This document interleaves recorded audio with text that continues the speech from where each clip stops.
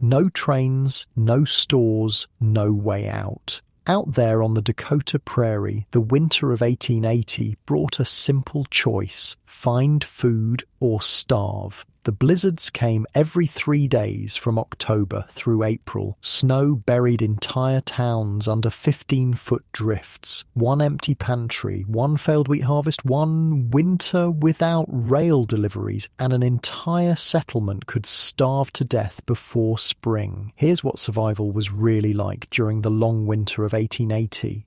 So, yeah, if these stories work for you, subscribe. And I'm curious, what time is it where you are? Comment your city and time below. I check the comments and it's crazy seeing people from Seattle to Stockholm last time. The time zone thing never stops being weird to me.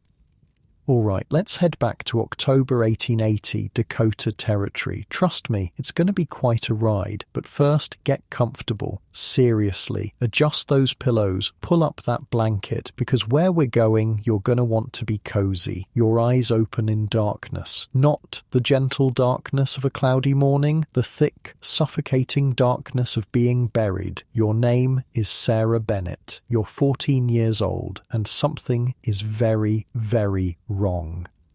The air feels strange, too quiet, too still, like the world stopped breathing. You sit up in bed and your hand hits something that shouldn't be there, cold, solid, right next to your mattress. You push, it doesn't move. Your heart starts hammering. The window, where's the window? There's always grey light from the window by now, even before dawn. Nothing, just blackness. You reach out again, your fingers touch something rough and icy. Snow, packed snow, against the inside wall of your family's claim shanty. Wait, what? You swing your legs out of bed and your bare feet hit the floor. Cold shoots up through your bones. The floorboards feel like they've been carved from ice. You grab your wool stockings, fumbling in the dark, pulling them on with shaking hands. Across the single room, you can hear your father moving. A match strikes. The sudden flare of light makes you squint. His face looks wrong in the flickering glow. Older, worried in a way that makes your stomach clench. Sarah, wake your mother and the boys. Don't open the door. Don't open the door? Why would he say that? You always open the door in the morning. It's October, for crying out loud. Indian summer. Yesterday was warm enough that folks were still cutting hay without coats. Your mother sits up, her hair loose around her shoulders. She takes one look at your father's face, and something passes between them, some adult understanding that makes the air feel even heavier. Your little brothers, James and William, are still asleep. James is 8. William is 6. They're sharing the other bed, curled together like puppies for warmth. Warmth. When did it get so cold? Your father lights the small stove in the corner, the one you use for cooking. The metal clicks and pops as it heats up, but the warmth doesn't spread. It just sits there in a little bubble, like the cold is pushing back. What happened? Your voice sounds small. Your father walks to the door. Not to open it, just to look at it, the gap at the bottom, where light usually sneaks through, packed solid with snow. Storm came in last night, he says. His voice is steady, but his hands aren't. You've never seen your father's hands shake before. Big one. Big doesn't begin to cover it. Your mother stands and wraps her shawl tight. She moves to the window, or where the window should be. Puts her hand against the wall. When she pulls it back, her palm is wet. It's melting through, she says quietly. The snow pressed so hard against the shanty that it's actually melting from the inside heat and seeping through the thin board walls. Your father nods. We're going to dig out, but we need to be smart about it. Smart, right. Because if you just open the door, what happens? Does snow pour in? Does the whole drift collapse on top of you? You're 14. You're supposed to know these things, living out here on the prairie, but nobody taught you what to do when your house gets buried.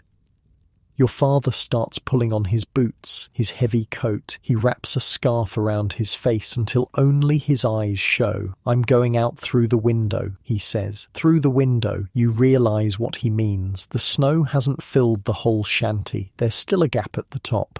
Maybe 2 feet, where the roof meets the walls. Your mother doesn't argue. That scares you more than anything. Your mother always has something to say, always has a plan, but right now she just stands there, hugging her shawl, watching your father prepare to climb out of your own window like it's a perfectly normal thing to do. It takes 10 minutes. 10 minutes of your father chipping away at the packed snow around the window frame, of him pushing and grunting and finally breaking through.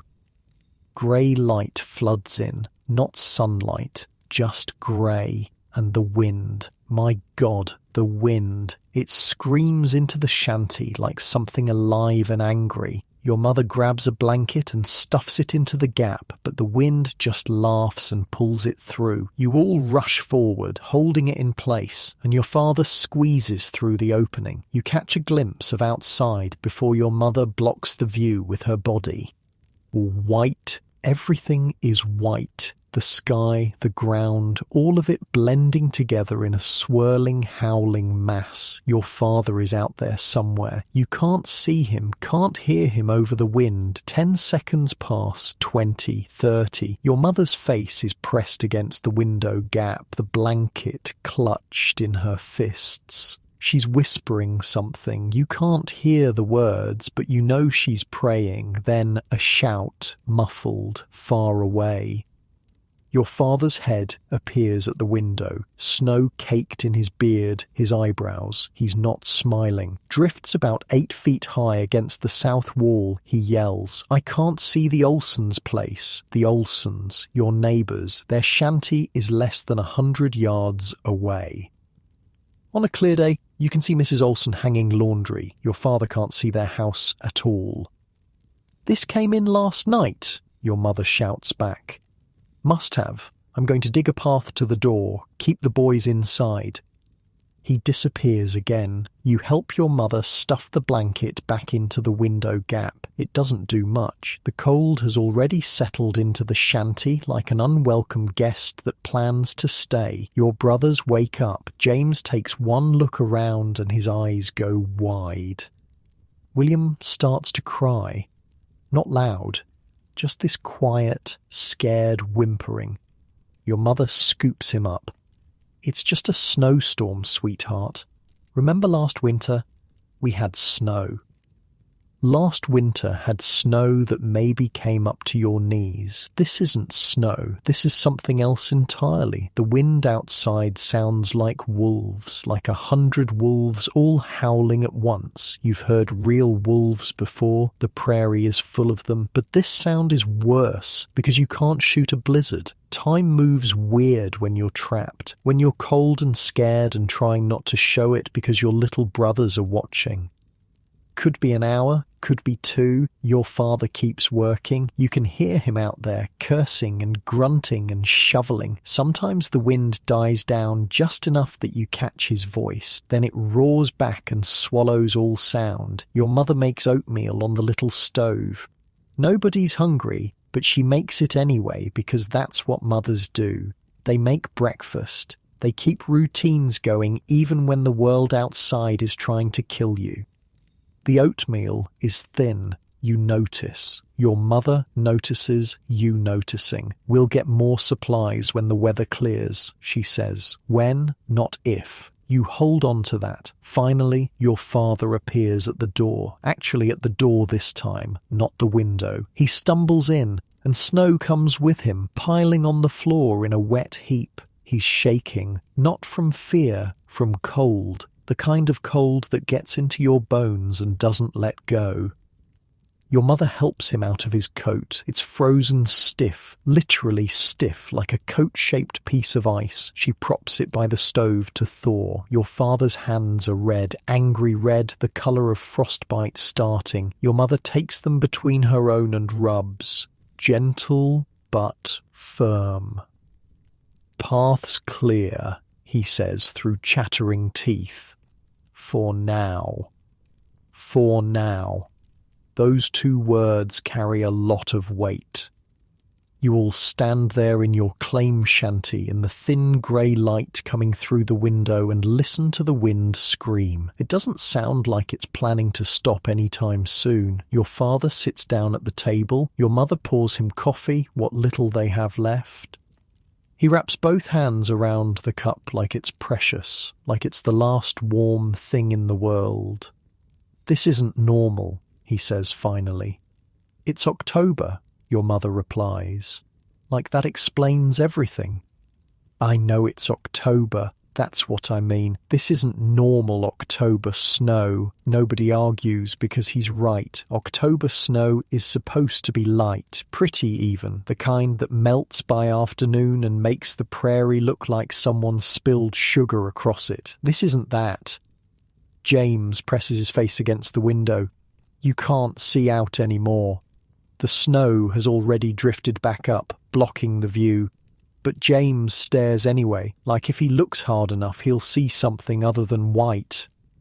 "Can we go outside?" he asks. "No," your father says. Too quick, too sharp. James flinches, and your mother puts a hand on your father's shoulder. He takes a breath, tries again. "Not yet, son. Let the storm blow itself out first. Storms blow themselves out. Everybody knows that. A day, maybe two, then the sun comes back and everything goes back to normal. That's what you tell yourself. That's what you believe. You're 14 and you believe that storms end."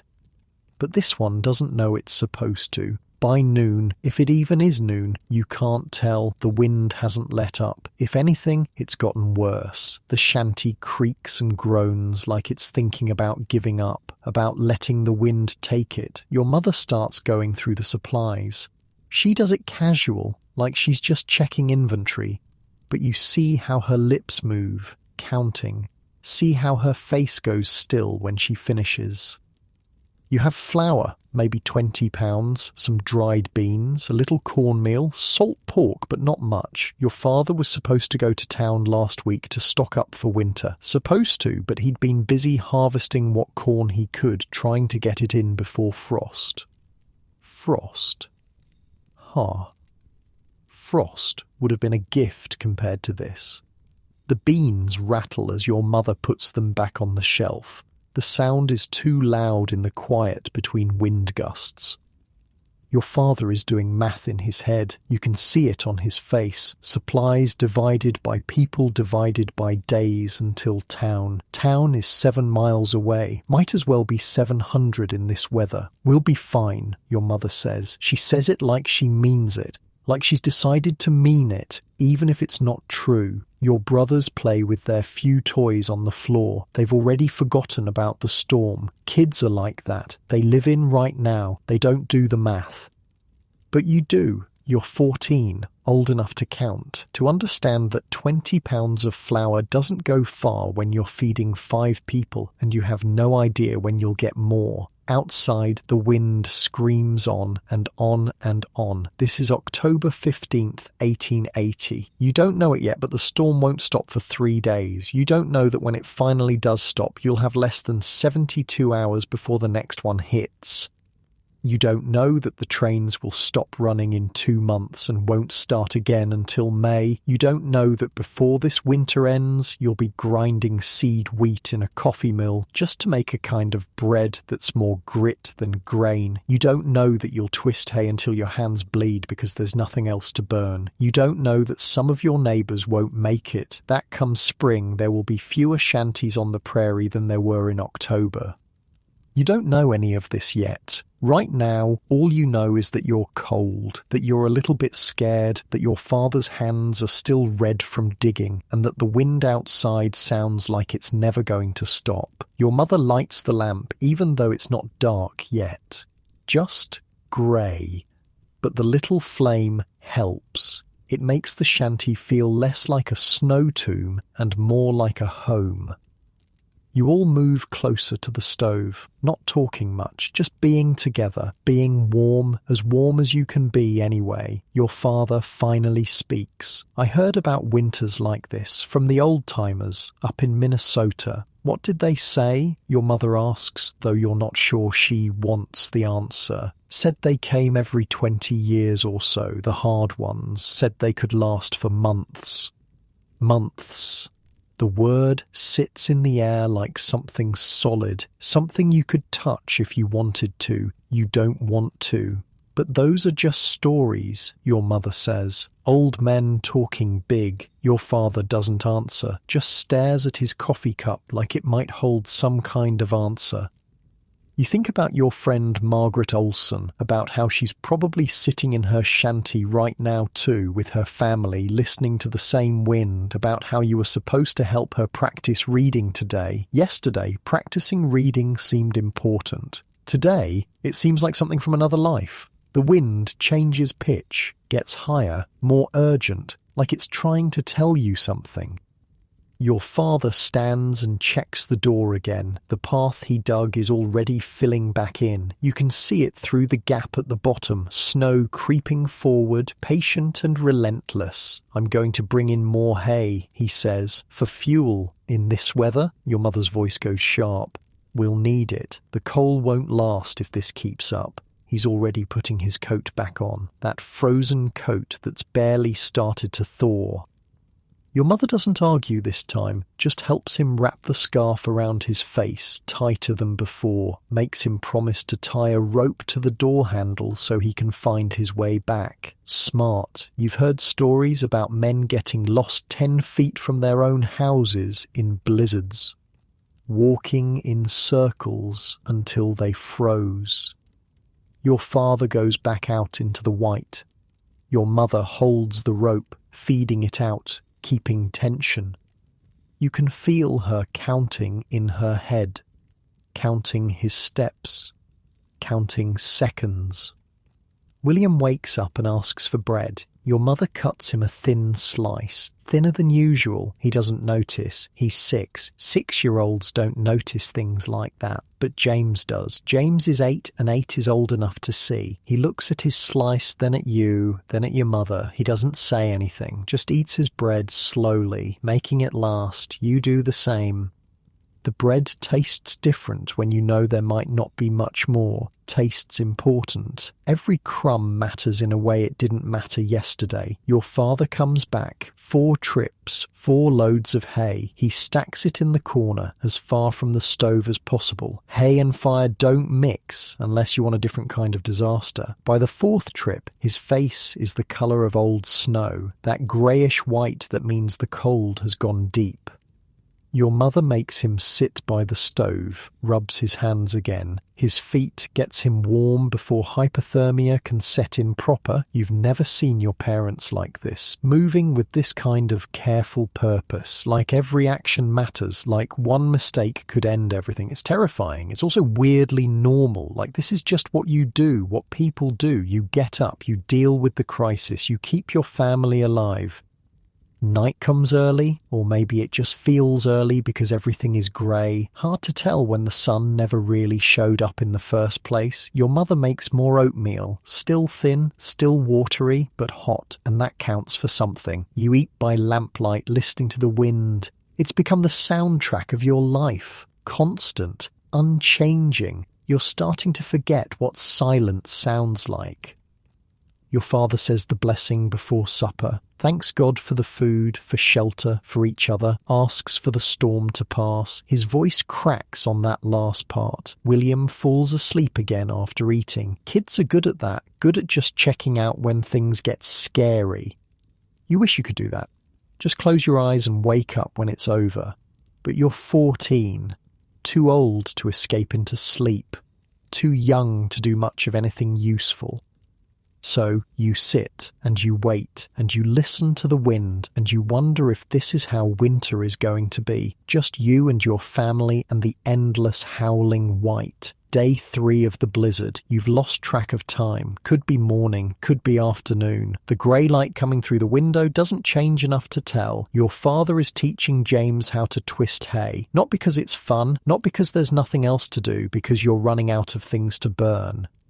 The coal bin is half empty. Your father eyes it like a man watching his savings disappear. Each chunk that goes into the stove is one less chunk between you and freezing. You take a handful, your father says, demonstrating. Long stems work best, like this. He grabs a bundle of prairie hay from the pile in the corner. The stuff is coarse and scratchy. Your hands are already covered in little cuts from handling it. Twist it tight, tighter than you think, like you're wringing out a shirt.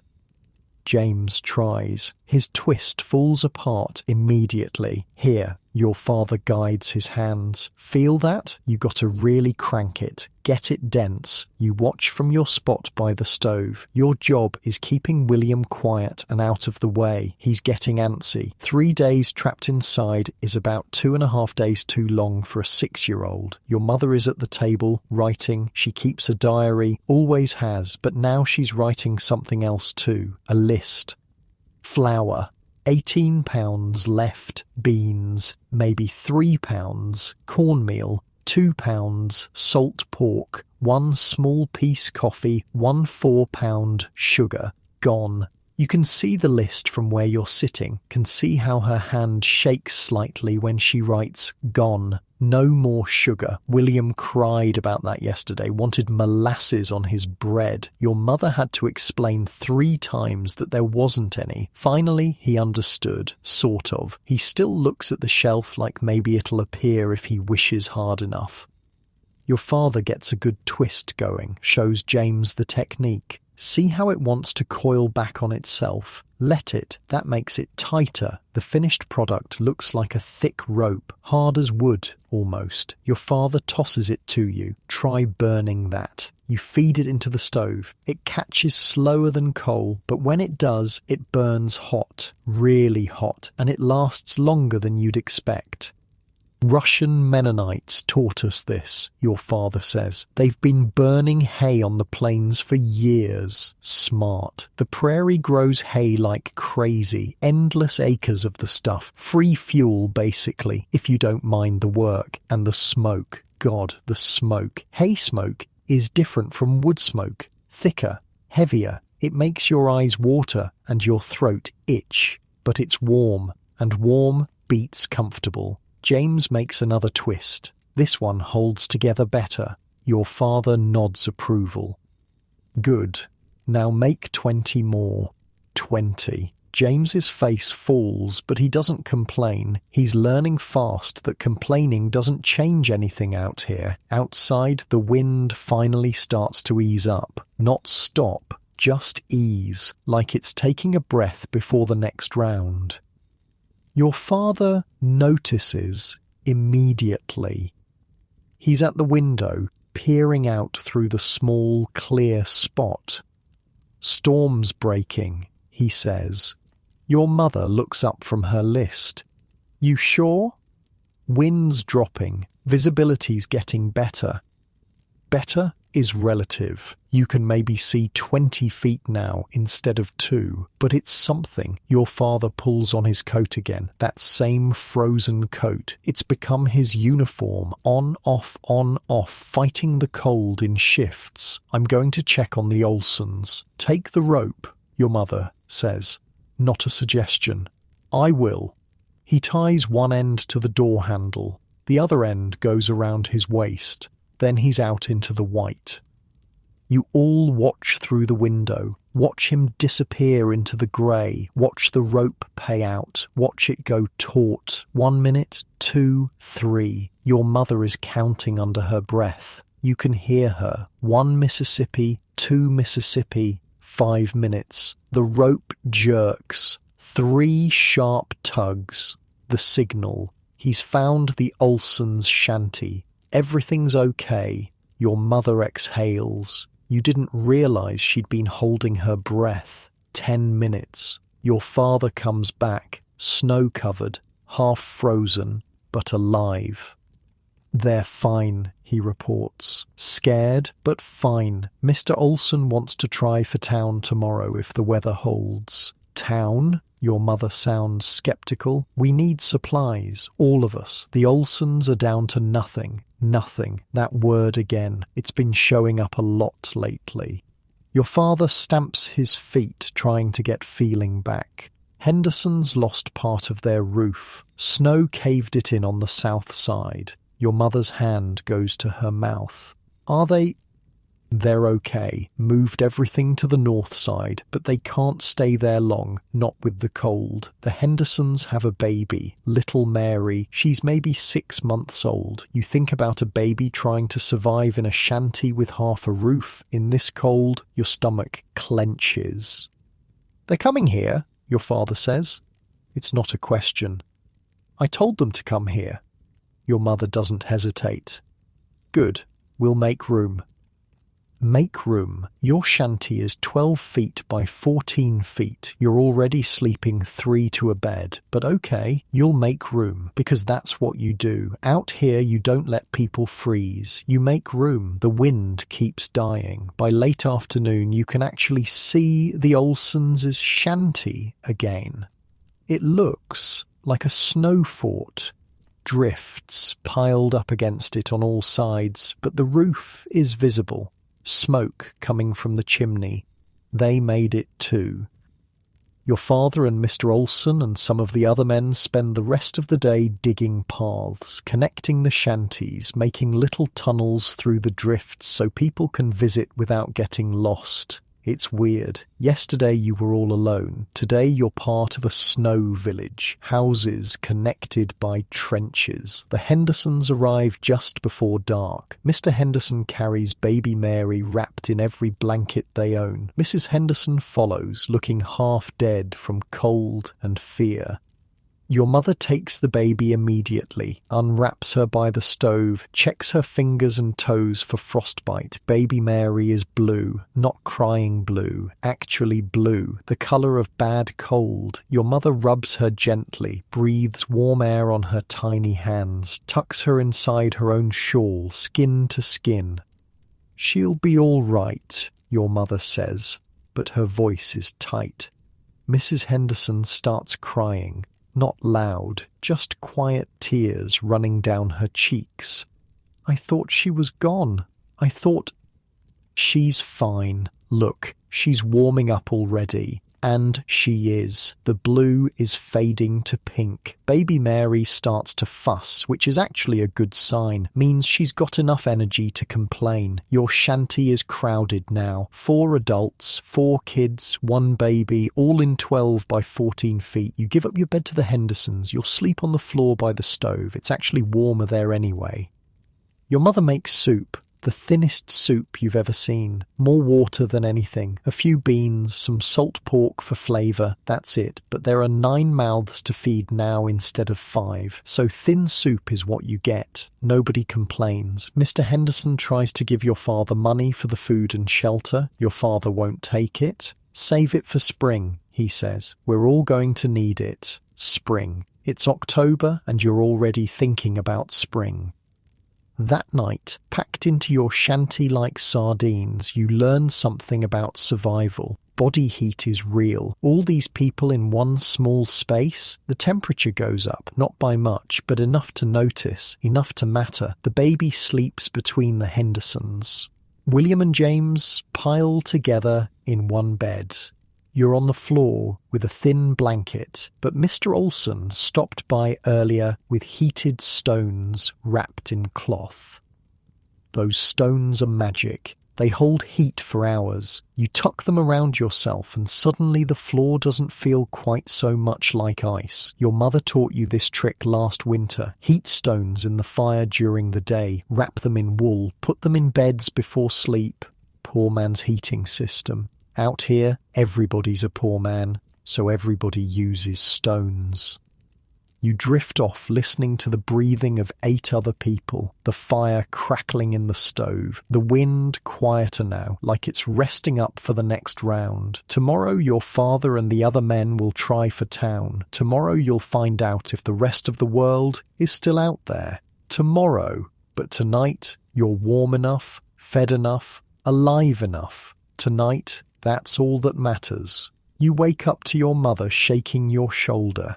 Sarah, up. It's still dark, probably 4 in the morning, maybe 5. What's wrong?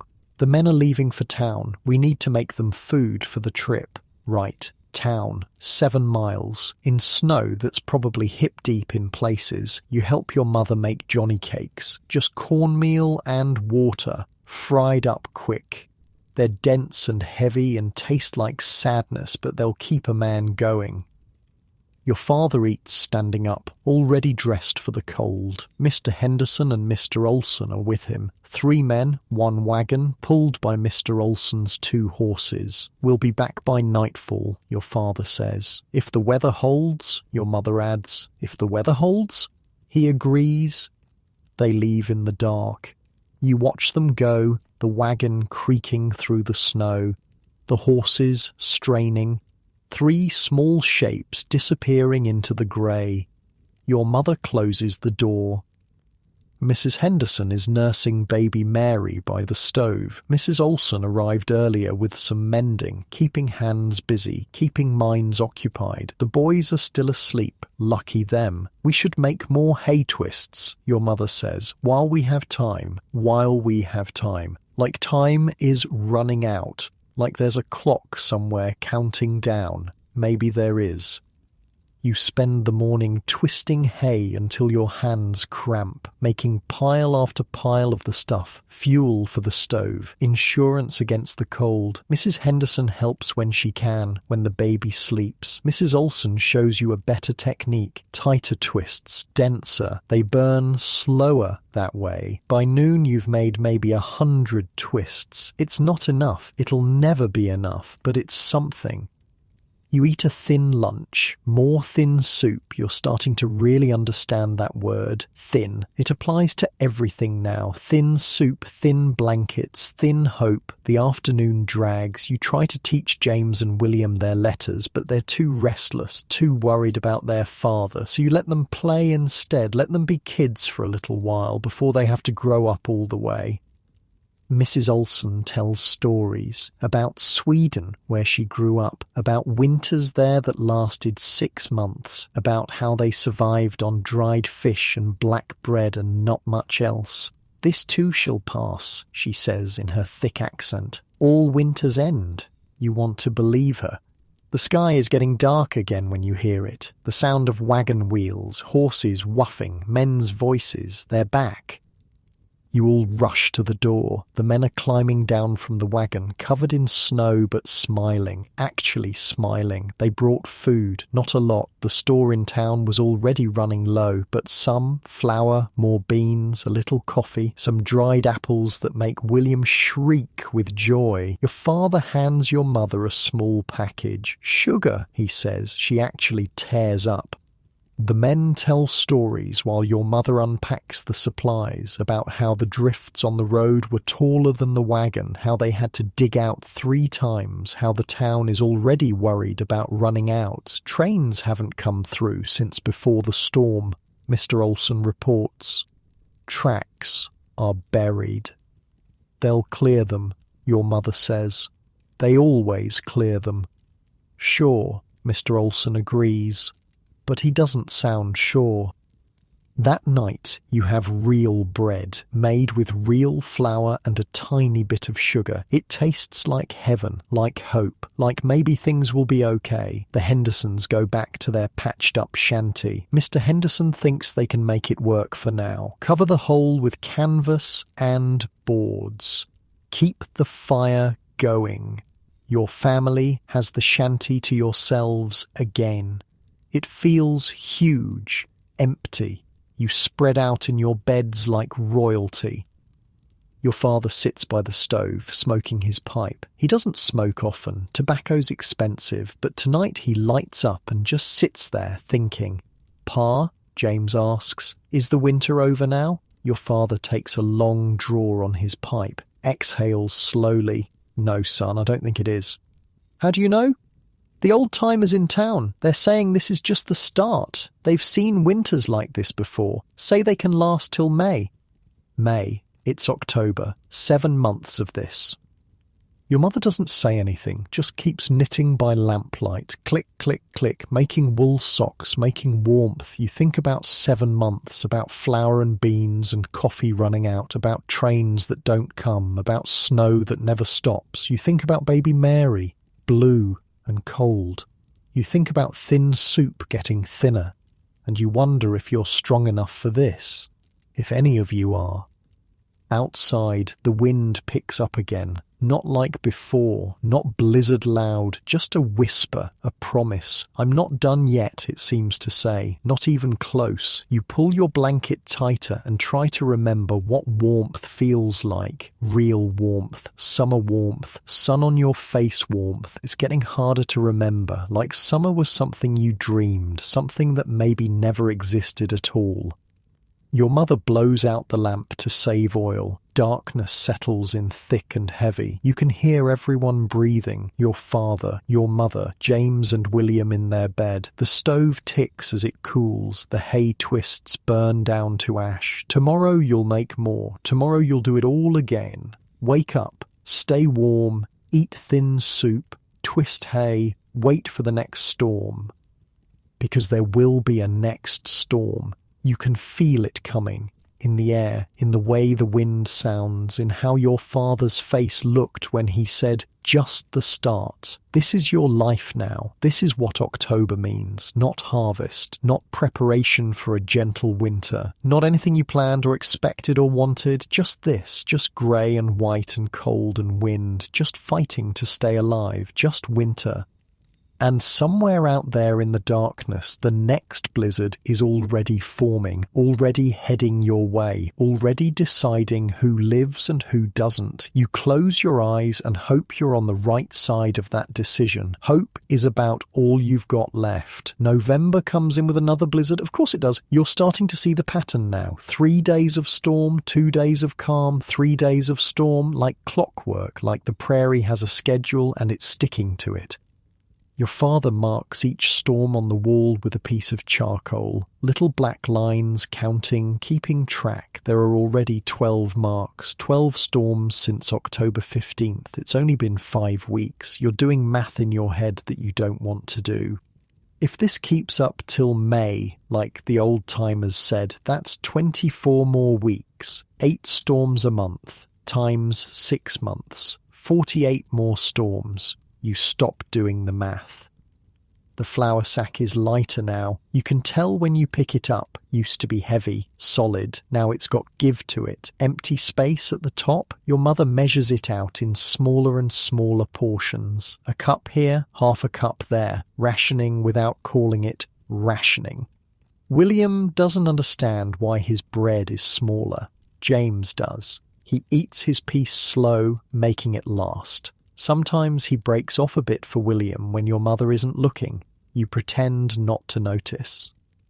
The town tried to send a telegram east, to Winona, to Minneapolis, anywhere, asking for supplies, for help. The telegram didn't go through. Lines are down, buried under snow or blown over by wind or both. You're cut off. Mr. Olson brought the news 3 days ago. Stood in your doorway, snow covering his shoulders, and said the words nobody wanted to hear. No trains coming, not till spring.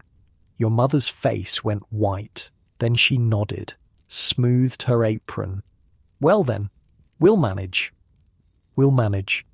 Like it's that simple. The thing is, your mother can make anything sound possible. She's got this way of saying things that makes you believe them even when you know better. But you saw her face that night, saw her sitting at the table after everyone else was asleep, staring at the flour sack. Just staring. You didn't say anything. What would you say? It's late November now. The 3rd week, maybe. Hard to tell. Days blur together when they're all grey. Your father comes in from checking the animals. They've got 2 cows and 3 chickens in a lean-to next to the shanty. The cows are getting thin. The chickens stopped laying a week ago. Too cold, too dark. Chickens need light to lay. Lost a chicken, your father says, stamping snow off his boots.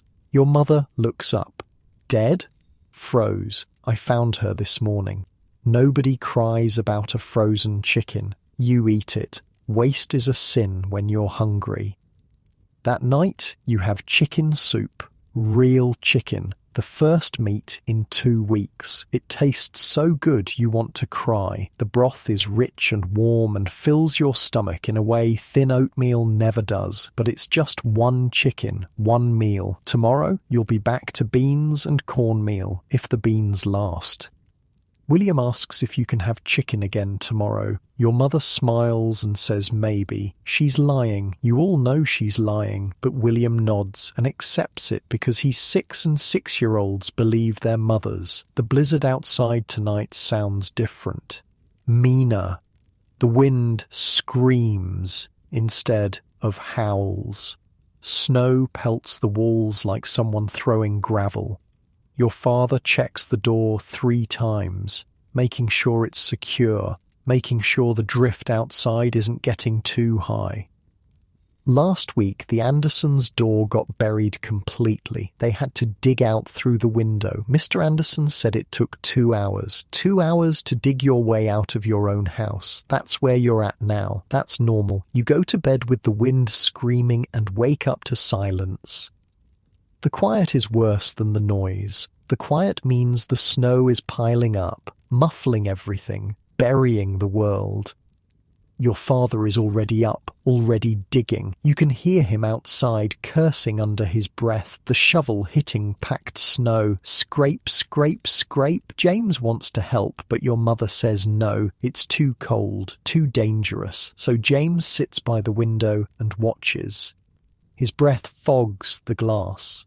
He draws pictures in the fog. Houses, trees, the sun, things he's forgetting.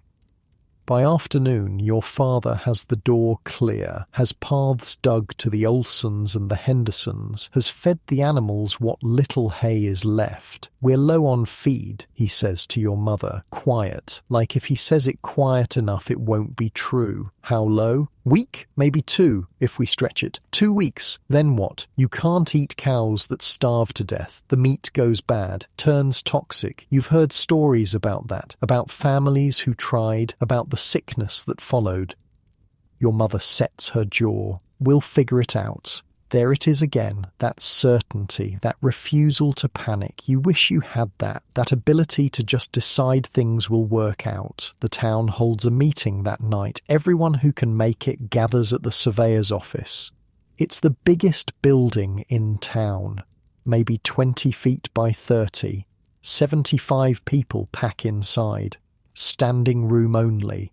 Body heat fogs the windows. Mr. Hartley, who runs the general store, stands up front. His face is grey, tired. We need to talk about supplies, he says. Nobody says anything. Everyone knows what's coming. The store's nearly empty. We've got maybe 3 weeks of flour left if we ration. Less than that for everything else? 3 weeks. The words hang in the air like smoke. What about the seed wheat? Someone calls out.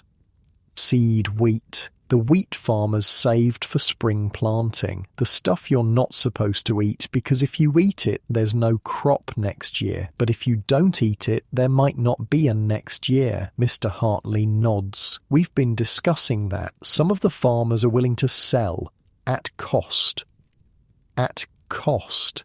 That's generous. That's survival math. Selling the future to buy the present. Your father raises his hand. I've got 40 bushels. I'll sell 30. Other farmers chime in. They'll sell. They have to. Money won't keep you warm. Wheat might keep you alive. The meeting lasts an hour. People volunteer to go house to house, collecting whatever food can be spared, setting up a rationing system, making sure everyone gets something, walking back to the shanty. The cold bites through your coat like it's got teeth. Your face goes numb. Your fingers stop feeling. This is the kind of cold that kills, quick and mean. If you're not careful, if you stop moving, you'll just freeze where you stand. Your father hurries everyone along. No dawdling, no stopping. You make it home and pile inside. Your mother has the stove going hot. You all crowd around it, thawing out. William's fingers are white. Your mother rubs them between her hands. Gentle, patient, waiting for the colour to come back. It does. Pink, then red. He whimpers when the feeling returns, that pins and needles pain that means you're not frostbitten. Not yet. We're not going to the next meeting, your mother says. Not unless we have to. Your father doesn't argue. That night you dream about food. Ridiculous amounts of food. Tables piled high with bread and butter and roasted chicken and pies and everything you can imagine. You're stuffing your face when you wake up. Your stomach is cramping, empty, angry. Breakfast is oatmeal, a small bowl, watery. Your mother apologizes. This is all we can spare today. You eat it without complaint. What's the point of complaining? The days start bleeding together. Wake up, stay warm, eat a little, twist hay, go to bed hungry, do it again. The blizzards keep coming, like they're on a schedule, like they have a quota to fill. 3 days of storm, 2 days of calm. Your father's marks on the wall keep multiplying. 20 storms, 25, 30. It's December now. You think. Hard to know for sure. The calendar on the wall still says November, but that can't be right. Time is doing weird things, stretching out, compressing. An hour feels like a day feels like 10 minutes. You're losing track. The seed wheat arrives. Your father brings home 2 big sacks, sets them in the corner like treasure, which is what they are. 60 pounds of wheat, raw, unground, but edible. The problem is making it edible. You need to grind it, turn those hard kernels into something you can bake with. Your family doesn't have a grain mill. Nobody in town does. Those are expensive, big, the kind of thing you'd order from a catalogue and wait for the railroad to deliver. Yeah, good luck with that. What you do have is your mother's coffee grinder. It's small, hand-cranked, made for coffee beans, not wheat, but it's all you've got. Your mother dumps a cup of wheat berries into the grinder, starts cranking. It's slow work. The grinder jams. The wheat comes out coarse, gritty, more like cracked grain than flour. But it's something. You take a turn. Your arm gets tired after 5 minutes. The crank is hard to turn. The wheat doesn't want to break down. James tries. He can barely budge it. Your father takes over. He cranks for an hour, gets maybe 3 cups of rough flour. This is going to take forever, he says. He's not wrong. You need flour for bread. For the bread you need, you'd have to grind for days. But what choice do you have? That night your mother makes bread from the wheat flour. It's dense, heavy, full of chunks of wheat that didn't grind all the way. It's also the best thing you've eaten in weeks. It's bread, real bread. It fills your stomach and makes you feel human again.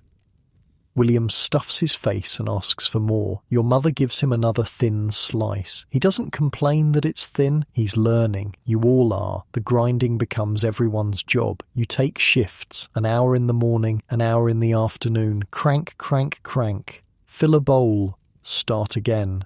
Your hands cramp. Your shoulders ache. But you keep going because the alternative is starving. The coffee grinder becomes the most important object in your house, more important than the stove, more important than the beds. Without it, the wheat is useless. With it, you've got bread. Mrs. Olson stops by one afternoon. She looks thin. Everyone looks thin now. Faces going gaunt. Cheekbones showing. "Do you have any flour to spare?" she asks. Her voice is small, ashamed. Asking for help doesn't come easy. Your mother doesn't hesitate. She fills a small bag with the wheat flour you've ground, hands it over. "Pay me back in spring," she says. Mrs. Olson starts crying, just stands there in your doorway with tears running down her face. "Thank you, thank you." After she leaves, you check the wheat supply. You just gave away a day's worth of grinding. Your mother sees you looking. We help each other or we all die. That's how this works.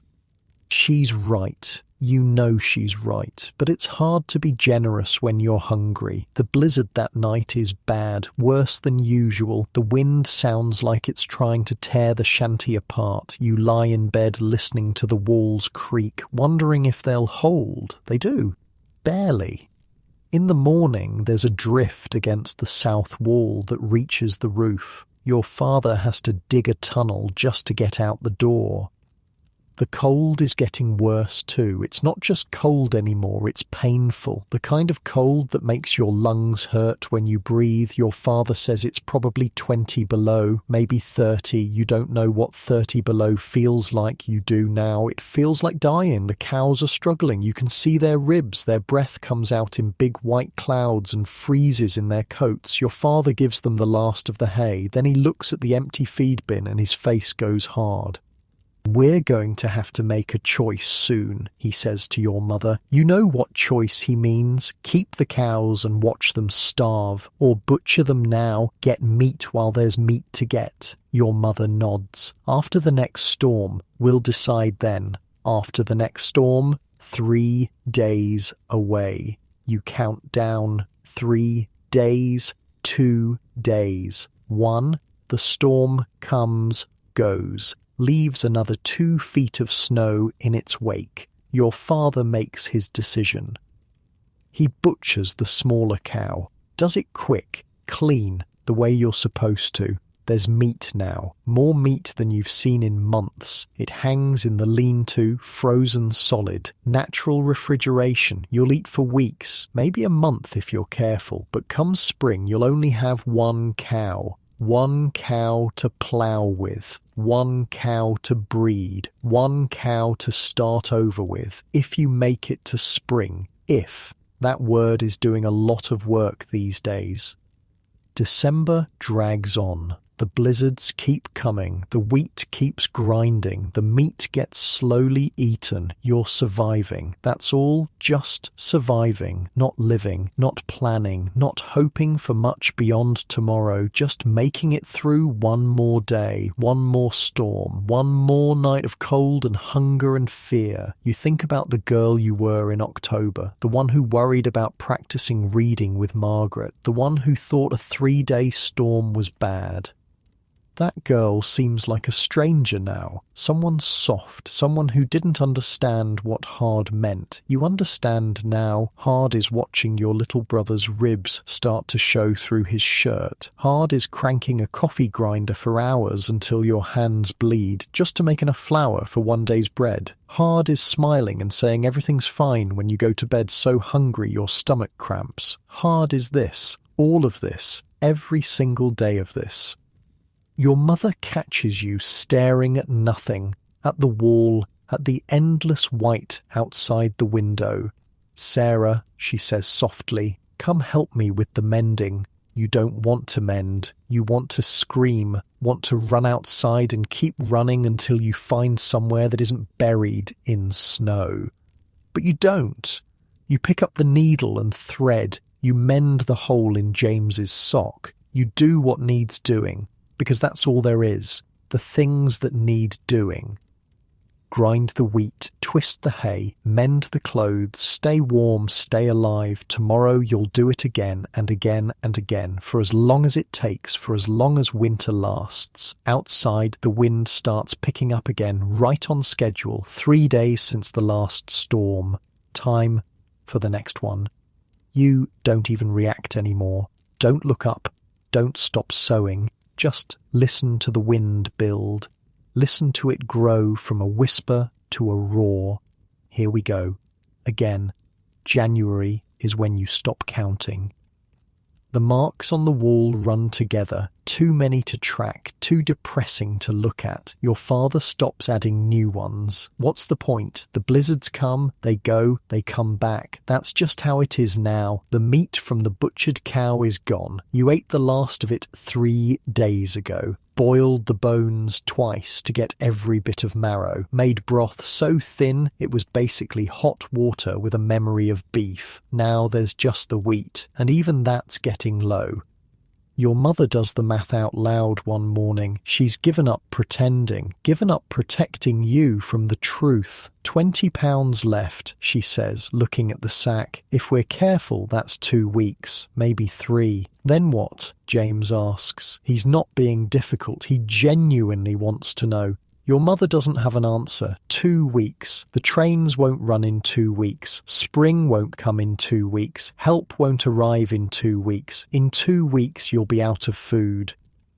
You're grinding wheat when someone pounds on the door. Hard, urgent. Your father opens it. Mr. Wilder's boy is standing there. Almanzo. He's maybe 20, 21, tall, farm strong, but right now he looks scared. There's wheat, he says, breathing hard. South of town, a settler. He's got 60 bushels he'll sell. Your father's eyes go wide. How far south? 12 miles. Maybe 15. 15 miles. In this weather, with drifts that could bury a wagon, with cold that will freeze you solid if you stop moving. Who's going? Your father asks. Me, Cap Garland. We're leaving in an hour. Cap Garland, another young guy, maybe 19, works at the store. 2 boys, 15 miles. To find wheat that might not even exist. Your father nods. I'll help you pack. They leave before noon. You watch from the window. Almanzo and Cap, 2 dark figures against the white. They're on foot. Horses would break through the drifts. On foot they can stay on top. Mostly. They each carry a pack. Light, because they'll need room for the wheat on the way back. If they make it back. Your mother prays. Out loud. Right there at the window.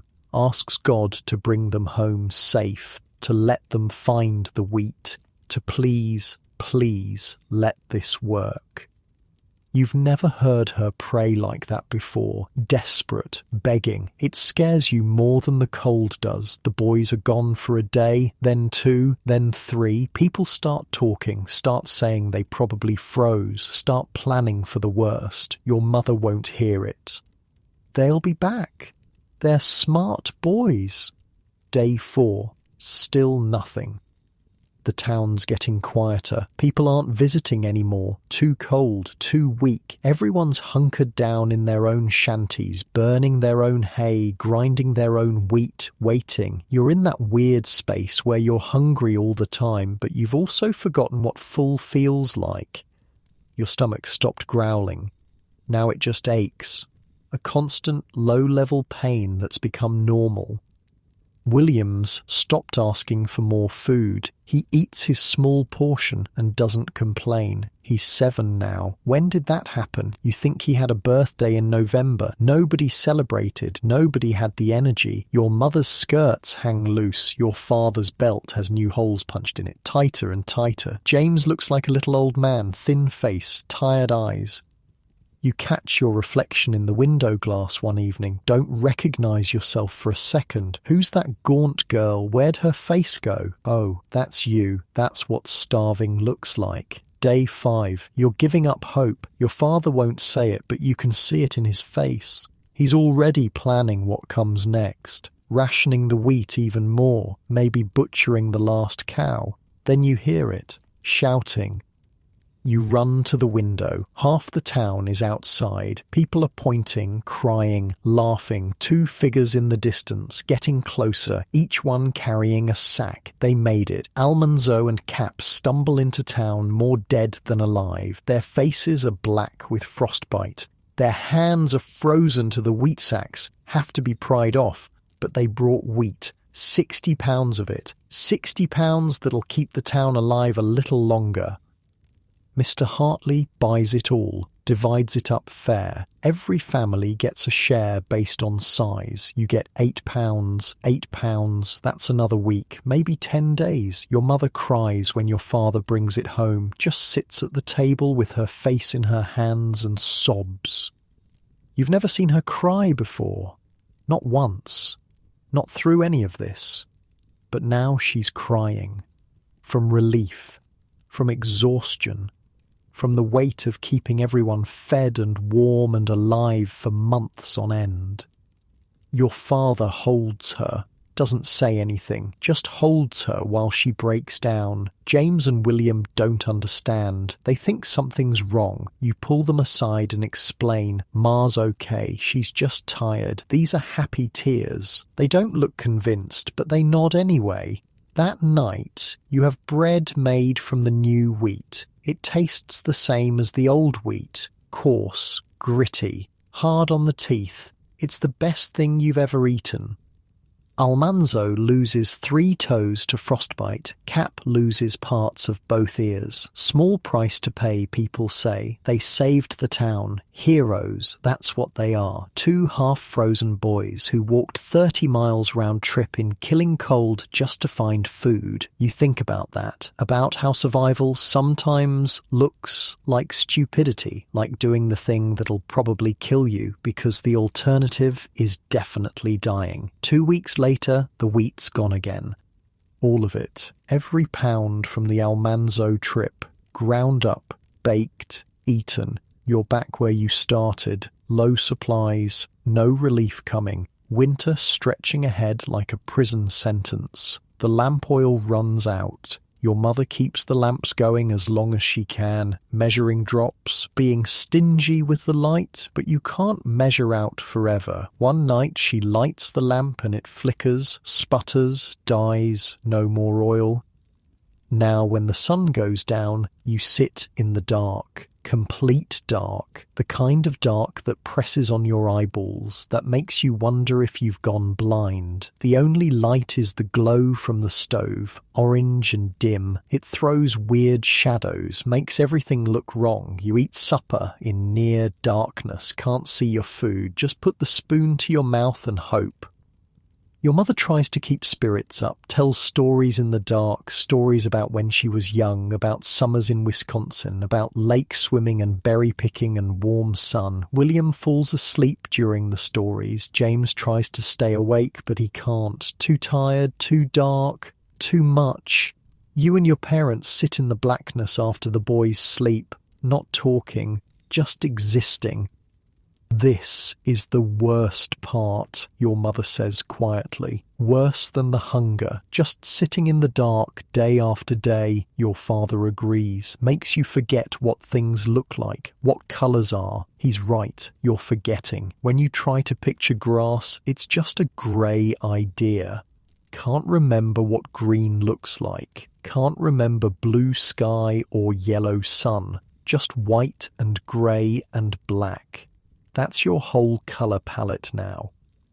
The grinding gets harder. Your hands are raw, blistered. The skin cracks and bleeds. Your mother wraps them in cloth, but the cloth soaks through. Blood on the grinder handle. Blood in the wheat flour. You grind anyway. What choice do you have? Everyone takes shifts. Your father does morning. You do afternoon. Your mother does evening. James tries, but his arms are too weak. He can only manage 10 minutes before he has to stop. Crank, crank, crank. The sound drives you crazy. That metal on metal grinding. The wheat kernels cracking over and over. Hours and hours. Your shoulder develops a permanent ache. Your forearm burns. Your wrist clicks when you rotate it. But you keep going, because stopping means starving. The flour you make isn't even real flour anymore. It's chunky, barely broken down. The coffee grinder is wearing out, getting dull, can't handle this much work.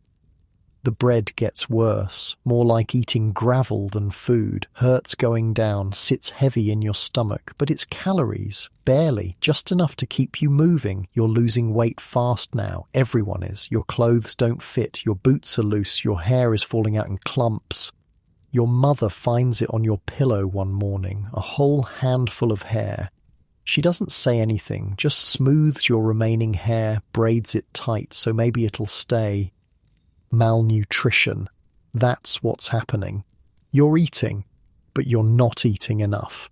Not eating the right things. Your body's eating itself. Breaking down muscle for fuel. Shutting down non-essential functions. Like hair. Like monthly bleeding. Yours stopped 2 months ago. You were worried at first. Now you're grateful. One less thing to deal with. Mr. Henderson brings news one frozen morning. The Clarks left town, just packed up and left. In this weather? Your father asks. Said they'd rather die trying than die waiting. Die trying. die waiting. Those are the options now. The Clarks had a baby, 6 months old. You wonder if they made it, if they're holed up somewhere safe, or if they're frozen on the prairie, buried under snow until spring thaw. You'll probably never know. More families talk about leaving, about trying for the east, for Huron or Brookings or anywhere that might have supplies. Your father says no. We stay. Moving in this cold is suicide. He's probably right, but staying feels like slow suicide. You're stuck between two kinds of dying, quick or slow. Take your pick. February comes, you think. Time is completely meaningless now. Could be February, could still be January. Who knows? The wheat is down to £10, then 8, then 5. Your mother measures it out in cups now. 1 cup per day for the whole family. That's it. That's what you get. 1 cup makes maybe 4 pieces of bread, thin pieces, more air than substance. You eat yours in tiny bites, make it last an hour, trick your brain into thinking there's more. It doesn't work, but you try anyway. William stops playing, just sits, stares at nothing, conserving energy. James sleeps most of the day, says he's not tired, but he is. His body's shutting down, going into hibernation mode. Your mother and father don't talk much anymore. What's there to say? Everything that matters has already been said. You're all just waiting for spring, waiting for trains, waiting for this to end, waiting. One morning you wake up and can't get out of bed. Not won't, can't. Your legs don't work right. No strength. Your mother helps you up, makes you walk around the shanty, forces your muscles to move. You have to stay strong, she says. Spring's coming. You have to be ready. Spring. Right. That thing that might happen. That theoretical concept. You walk, even though it hurts, even though you'd rather just lie down and sleep forever. You walk because your mother says so, because giving up isn't an option yet. The blizzards keep coming. Smaller now, less fierce, like winter's getting tired too, or maybe that's wishful thinking. Maybe the storms are exactly the same and you're just numb to them, hard to tell anymore. You're sitting in the dark one night when your father speaks. I'm proud of you, Sarah. You're surprised. Why? You haven't complained. Not once. You've done everything we asked, helped with the boys, kept going. You don't know what to say. You've thought about complaining. Plenty. You've screamed into your pillow more than once, cried yourself to sleep, but out loud? No. You haven't complained out loud. We're going to make it, your father says. All of us. We're going to see spring. You want to believe him. You really do. But you've stopped believing things will work out, stopped trusting in happy endings. Now you just exist, 1 day at a time, 1 hour at a time, 1 breath at a time. That's all you can manage, and some days it barely feels like enough. Outside the wind picks up. Again. Always again. You close your eyes and try to remember what silence sounds like. You can't. The wind has become part of your brain, part of your thoughts. You hear it even when it's not there. When you do get a calm day, a truly silent day, it feels wrong, unnatural, like waiting for a punch that never comes. Your teeth hurt, all of them, constant dull ache that won't quit. Your mother says it's the lack of fresh food, scurvy maybe. She makes you chew on hay sometimes, says there might be something in it that helps. There's not, but you chew it anyway because she asks you to, because pretending to have solutions is better than admitting you're helpless. James has sores in his mouth, can't eat the hard bread without crying. Your mother soaks his portion in water first, makes it soft, makes it possible. He's so thin you can count every rib, every bone in his back. He looks like a skeleton wearing skin. You probably do too. William barely talks anymore. When he does, his voice is quiet, flat. All the 7-year-old energy just gone. You miss his loudness, his questions, his complaints. You'd give anything to hear him whine about wanting more food, but he's learned not to ask for things that don't exist. The town gets quieter. You used to see people moving between shanties, used to hear voices, laughter sometimes. Not anymore. Everyone's locked in their own frozen boxes, surviving separately, too tired to be social, too weak to visit. You wonder how many have died. Wonder if you'd even know. If someone froze in their shanty and nobody checked for a week, would anyone notice? Probably not. That's where you're at. That's how alone this feels. A town full of people, all dying separately, all too focused on their own survival to worry about anyone else's. Your mother still shares when she can. When the Olsons come asking, when the Hendersons need help, she gives from the little you have. Your father doesn't argue anymore. He used to. Used to say you can't help others when you're drowning yourself, but now he just nods. Lets her give. Because what's the point of surviving if you have to become someone else to do it? You sit in the dark and think about spring. Try to picture it. Green grass, warm sun, birds singing. Can't do it. Can't imagine warmth. Can't imagine full. Can't imagine not being scared. This is your life now. This is what you are. A girl who grinds wheat and burns hay and sits in the dark and waits. Just waits for spring, for trains, for help, for anything. Your father makes another mark on the wall. You didn't think he was still counting. How many, you ask? He counts under his breath. 63. 63 blizzards since October.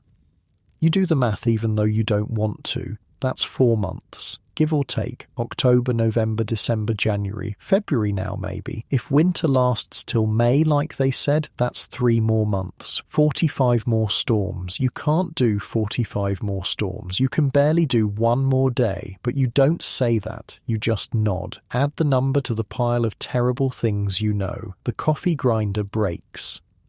Not completely. Just the handle snaps right off while your father's cranking. He stands there holding the broken piece, staring at it like it personally betrayed him. Can you fix it? Your mother asks. I can try. He spends an hour with wire and a nail, trying to jury rig something, anything. The grinder is life. Without it, the wheat is useless. Finally, he gets it working again, sort of. It's loose, wobbly, but it turns. Be gentle with it, he warns. This might be all we get. So now you crank even slower, even more careful. Can't afford to break it again. Can't afford for this fix to fail. The grinding takes even longer now. What used to be an hour is now 2. 2 hours of careful, slow cranking to get 1 cup of flour. Your whole day revolves around the grinder. Wake up, grind, eat a little, grind, sit in the dark, sleep, repeat. This is life. This is February in Dakota Territory. This is the long winter, and it's not over yet. Not even close. Late February brings something unexpected. A warm day, not warm like summer, not even warm like normal, but warm enough that the temperature climbs above 0, warm enough that the icicles hanging from the roof start to drip. You hear it first, the dripping, tiny sounds like a clock ticking, water hitting snow, plop, plop, plop. Your mother hears it too. She stops grinding mid-crank, tilts her head, listens. Is that or water? Your father finishes. He's at the window, pressing his face against the glass. It's melting. Everyone rushes to look. Sure enough, the icicles are weeping. Actual liquid water running down in little streams. William touches the window. Is winter over? No, your father says. Too quick. Too harsh. He catches himself. Softens. No, son. Just a warm spell. It'll get cold again. He's right, of course, but for one day, one beautiful day, it feels like maybe this could end, like maybe spring is real and not just a story people tell. You open the door, stand in the doorway, breathing air that doesn't hurt, air that feels almost soft. It's probably 10 degrees, maybe 15, nothing special, but after months of 20 and 30 below, it feels like a gift, like the world remembered it doesn't have to be cruel all the time. Your father bundles up anyway. I'm checking the animals. The last cow is still alive. Barely. She's standing because cows stand, but her eyes are dull. Her coat is patchy, ribs showing through like prison bars. You follow your father out, just to be outside, just to move without immediately freezing. The snow has a crust on it from the slight melt and refreeze. It crunches under your feet. The sound is different than the squeaky crunch of super cold snow. This sounds almost normal. You walk to the Olsons' shanty. The path between houses is a trench now, walls of snow on both sides, taller than your head, like walking through a maze. Mrs. Olson answers the door. She's aged 20 years in 4 months, grey hair, sunken cheeks, but she smiles when she sees you. Sarah, come in, come in. Their shanty is exactly like yours, dark, cold despite the stove, smells like hay smoke and unwashed bodies and desperation. Margaret is there, your friend, the one you were supposed to help with reading back in October. You barely recognise her. She was plump then, round-faced and rosy. Now she's a ghost, thin arms, hollow eyes. "Hi," she says. Her voice is quiet, like she forgot how to be loud. "Hi." You sit together by the stove. Don't talk much. What is there to say? We're starving. We're scared. We might not make it. She knows. You know. Everyone knows. But you hold hands. Just sit there holding hands like when you were little, before winter, before everything. It helps. Having someone who understands, someone going through the same hell. Mrs. Olson gives you each a piece of bread, tiny, barely a mouthful, but she gives it freely. "Eat," she says. "You're too thin." You are. You all are. But you take the bread. Eat it slow. Make it last. Margaret tells you about the book she's reading. Same book from October. She's only on chapter 3. Hard to focus when you're hungry. Hard to care about made-up people when real survival is eating your brain. But she tries. Tells you the story. You half listen. Just enjoying the sound of her voice. The normalcy of girl talk. For 10 minutes, you're not starving pioneers. You're just friends. Just girls who like books and gossip and normal things. Then the wind picks up, the temperature drops, the moment passes. You walk home through the trenches. The warm spell is over. Already you can feel it, the cold coming back, winter remembering its job. That night the temperature plunges, drops 40 degrees in 3 hours. The window's frosted so thick you can't see out. Your father checks his thermometer, 35 below. Colder than it's been in weeks. Like winter got mad about the warm day, like it's punishing you for having hope. The hay supply is critical now. You've burned through most of it. What's left wouldn't fill a laundry basket. Your father eyes it, does math in his head. 2 days, maybe 3. Then what? James asks. He's gotten blunt. No filter anymore. Just asks the questions everyone's thinking. Then we burn furniture, your father says. He's not joking. The chairs, the table, the bed frames, anything wood, anything that'll burn. You start that night. Your father takes apart one of the beds. James and William will share from now on. 3 to a bed. The bed slats go into the stove. They burn hot, fast, gone in an hour. But they're warm. For that hour, the shanty is actually warm. You can feel your fingers, your toes, your face. It's glorious and terrifying because you just burned a bed to feel your fingers for an hour. How many more hours do you have? How much more furniture before you're out of things to burn? Your mother doesn't cry about the bed. She just strips the remaining straw mattress, saves it for insulation, wastes nothing. You're learning that about survival. Nothing goes to waste. Everything has a second use, a third use. You use it until it's gone, then you find something else. The next day is brutal. The cold has teeth now, bites through the walls, through your clothes, through your skin. You huddle by the stove, all 5 of you pressed together, sharing body heat because that's free. That's the one thing you have plenty of. Your mother tells you about the old country, Norway, where her grandparents came from, about winters there that made this look mild. They built beds with doors, she says, like little cabinets. You'd crawl in and close the doors and sleep. The walls held your heat in. Did it work? William asks. Must have. They survived.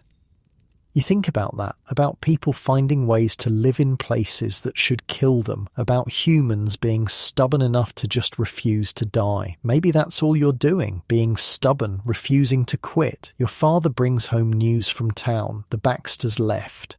Tried to walk east to Huron, 60 miles. In this cold? Your mother's voice goes sharp. They were out of food. Said they had to try. You don't ask if anyone thinks they made it. The answer's written on every face.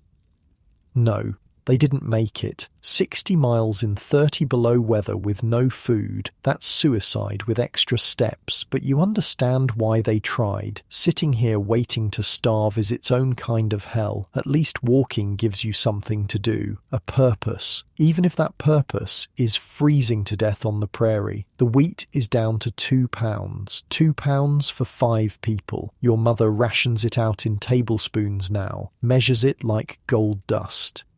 The bread you make barely counts as bread, more like wheat paste, gummy, hard to swallow, but it's something in your stomach. William stops eating his, says it makes him feel sick. Your mother forces him, makes him choke it down. You have to eat, she says. You have to. He cries while he eats, quiet tears running down his face, hating every bite. You hate watching it. Hate how this winter has turned food into something painful, into something you force into yourself just to stay alive. James eats his portion without complaint. Always does. Never wastes a crumb. You wonder what he's thinking, if he's scared, if he's given up. He never says. Your father teaches him to set snares for rabbits, for anything. The prairie is empty of game, but maybe something's out there. They set 3 snares near the shanty. Check them every day. Nothing. The rabbits are either dead or smart enough to stay hidden. March arrives. You think. Your mother marks it on the calendar, March 1st, or thereabouts. 2 more months. Just 2 more months till May, till the trains might run, till help might come. 2 months sounds impossible, sounds like forever, but you've made it this far. 4 months down, 2 to go. You can do 2 more months. You have to. The storms are different now, shorter, less vicious, like winter's losing interest, getting bored with tormenting you. But they still come, still dump snow, still trap you inside, just not for as long. 3 days becomes 2 days, 2 days becomes 1 day becomes half a day. Progress, barely, but progress. Your father starts planning for spring, actually talking about it like it's real, like it'll happen. We'll need to plough early, he says. Get the seed in as soon as the ground thaws. Seed, right. The seed you ate, the wheat you ground up to survive, that was supposed to go in the ground, supposed to become next year's crop. We'll manage, your mother says, her favourite phrase, her constant refrain. We'll manage, we'll figure it out, we'll survive. And somehow you believe her, or you want to believe her, or you're too tired not to believe her. One warm afternoon, you find a dead bird, frozen solid, fell right out of the sky and landed in the snow. You bring it inside. Your mother plucks it, cleans it. It's tiny, barely bigger than your fist, but it's meat. She makes soup, the thinnest soup ever made. 1 small bird, gallon of water, some salt. It tastes like heaven, like hope, like maybe the world hasn't completely given up on you. You each get a cup. William drinks his too fast, burns his tongue, doesn't care, just grins with his burnt mouth and asks for more. There isn't more, but your mother smiles at his asking, at the return of want, of appetite, of life. That night you dream about food again, but this time it's different. This time you're outside, walking on green grass, picking wild strawberries, eating them warm from the sun. You wake up almost happy. Then remember where you are. what you are. The happiness evaporates, but for a second there you had it. For a second you forgot to be miserable. Your father finds a cache of twisted hay you forgot about, hidden under a pile of tools in the corner, maybe 20 twists, a day's worth of fuel. He holds them up like treasure. Look at this. Look what we found. You all celebrate, actually celebrate finding hay, finding the thing you've been making for months, the thing you're sick of looking at, but now it's precious. Now it's the difference between warm and frozen. Perspective. That's what this winter teaches. Everything's relative. Everything depends on context. A handful of hay can make you weep with joy when you thought you were out. The grinder breaks again, this time worse. The whole grinding mechanism cracks, just splits right down the middle. Your father tries to fix it, can't. It's done. Dead, beyond repair. You stare at the broken pieces, at the thing that kept you alive for months. Now it's junk, useless metal and wood. What do we do, you ask? Your father picks up the biggest piece, looks at the rough edges. We improvise. He finds a flat stone, a smooth rock from the creek bed, finds another one, makes a grinding surface between them. It works, sort of. You put wheat between the stones, crush it with your hands, grinding it like people did 1,000 years ago. It's slower than the grinder, harder, hurts your hands, but it works. You spend all afternoon grinding enough for one small loaf. Your hands are raw, bleeding, but you've got flour. Your mother bakes it without comment, without complaint, just adapts, keeps going. That's the theme now. Adapt, improvise, keep going, because what else is there? You eat the bread by candlelight. Your mother found one candle, been saving it, but tonight she lights it, just for a little while. The flame dances, throws shadows, makes the shanty feel almost cozy. William reaches toward it, wants to touch the light. Your mother pulls his hand back gently. Just look, she says, just enjoy it. So you do. You sit there as a family and watch a candle burn, watch light exist in the darkness, watch something beautiful and small and temporary. And for those few minutes, winter doesn't matter. The cold doesn't matter. The hunger doesn't matter. Just this, just light, just being together. The candle burns down. Your mother blows it out to save the last inch for another time. The darkness returns, but somehow it feels less heavy. You're still here, still alive, still fighting. Spring is coming. You can feel it now, not in the air, not in the temperature, but in something deeper.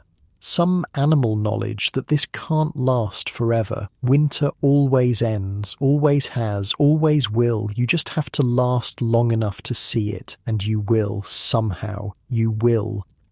The next morning brings another test. The last cow dies. Your father finds her in the lean-to, frozen, standing up, literally froze to death on her feet. He doesn't tell William and James right away, just tells your mother. You overhear from your spot by the stove. "We have to butcher her today," he says, "before she thaws and the meat goes bad." Your mother nods. "I'll help."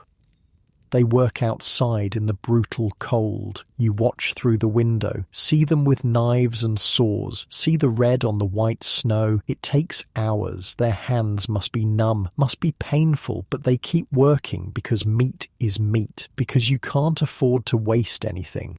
They bring it in piece by piece, frozen solid. Stack it in the lean-to like cordwood. More meat than you've seen in months. Enough to last till spring if you're careful. If spring actually comes. William asks where the cow went. Your father tells him the truth. No point lying.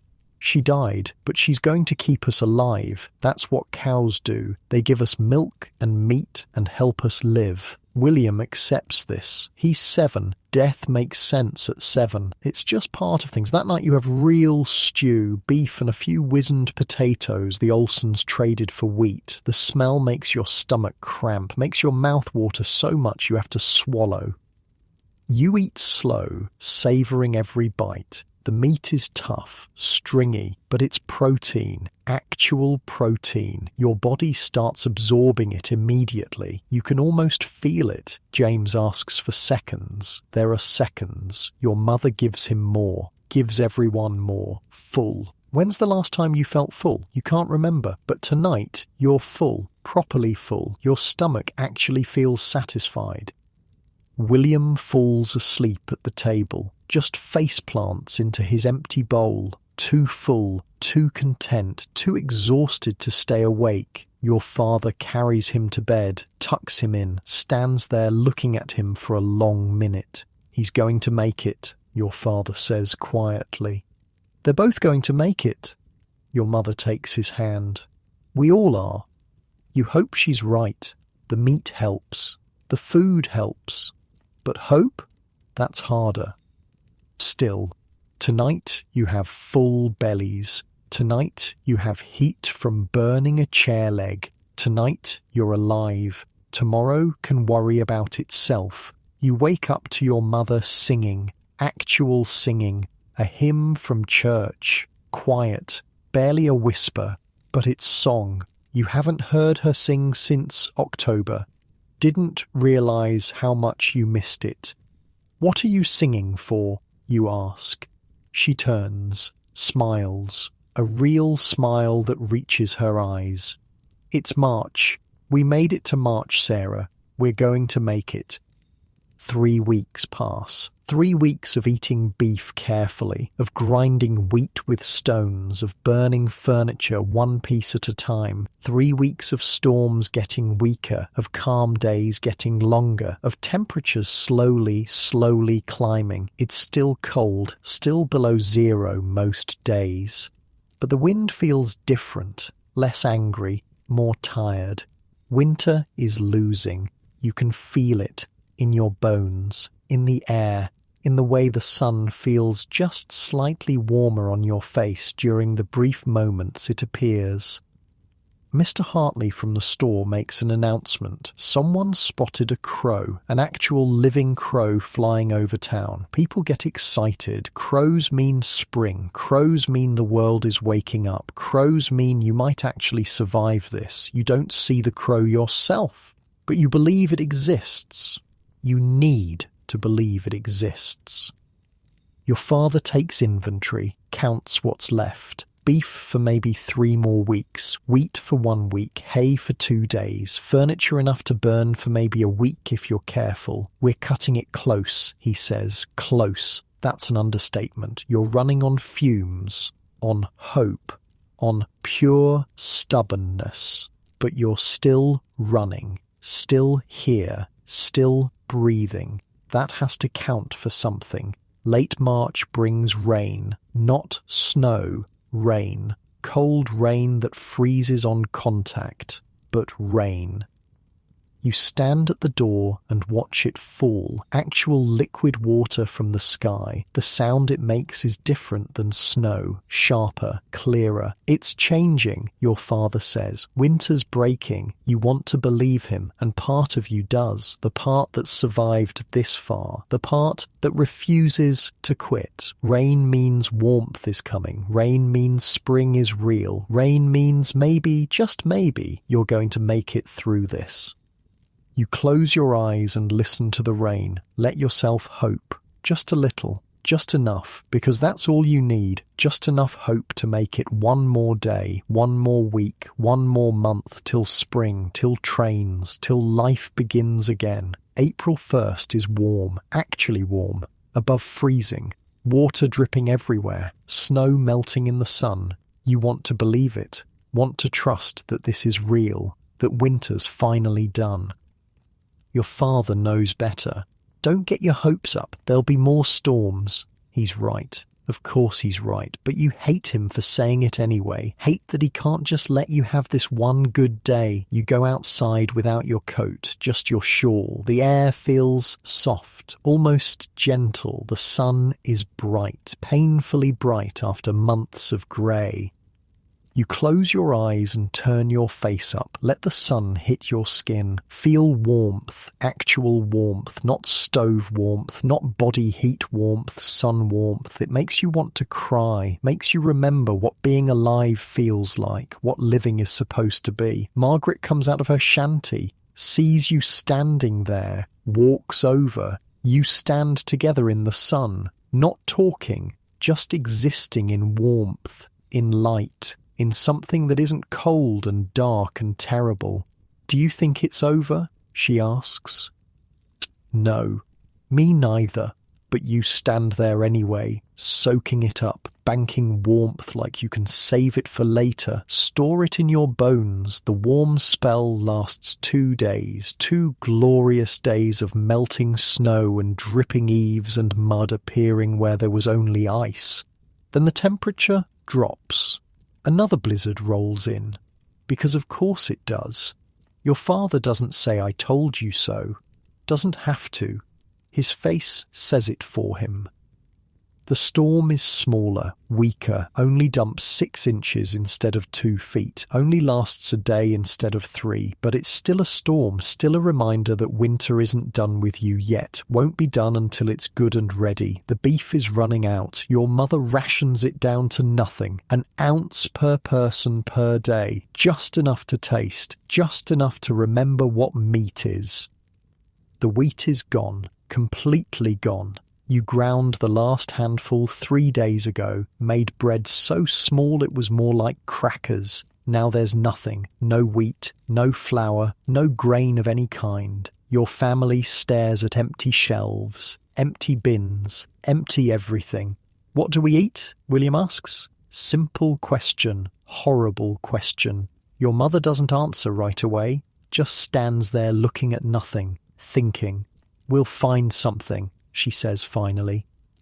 But there's nothing to find. The town is empty. Every store, every pantry, every root cellar, all of it picked clean months ago. You're out of food, actually truly out. Mr. Hartley calls another meeting. The last few families who can still walk gather at the store. Maybe 30 people total out of the 100 who were here in October. Where'd the rest go?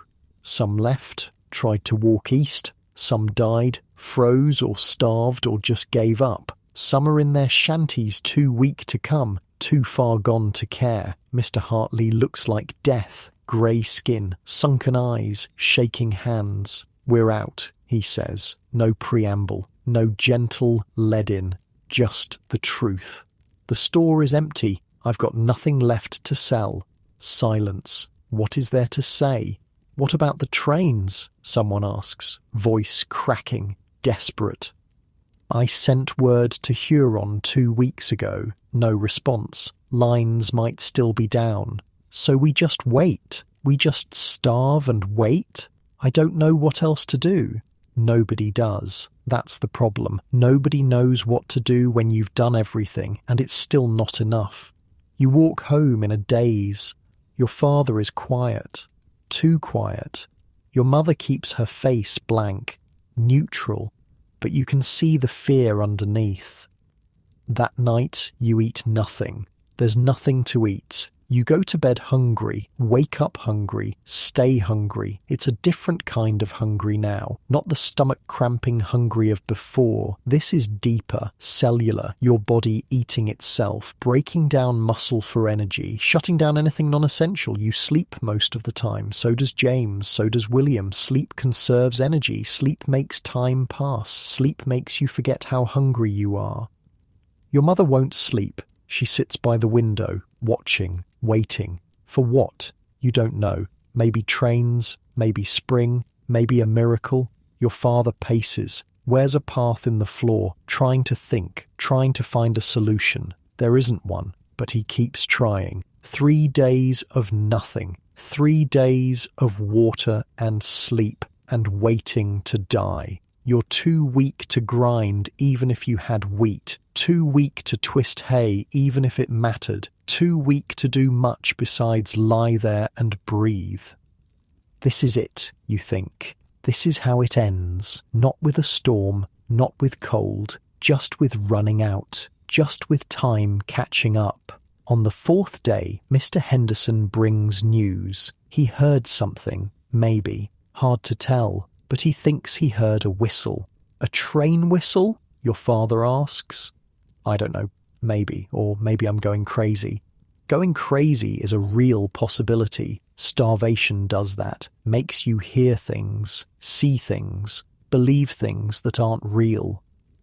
But your father goes to check anyway, walks to the edge of town, looks east down the tracks. Nothing, just snow-covered rails disappearing into the distance. No train, no smoke, no sound. He comes back defeated. Henderson was hearing things. But that night, you hear it too. Faint. Far away. A whistle. Or something like a whistle. Did you hear that? You ask.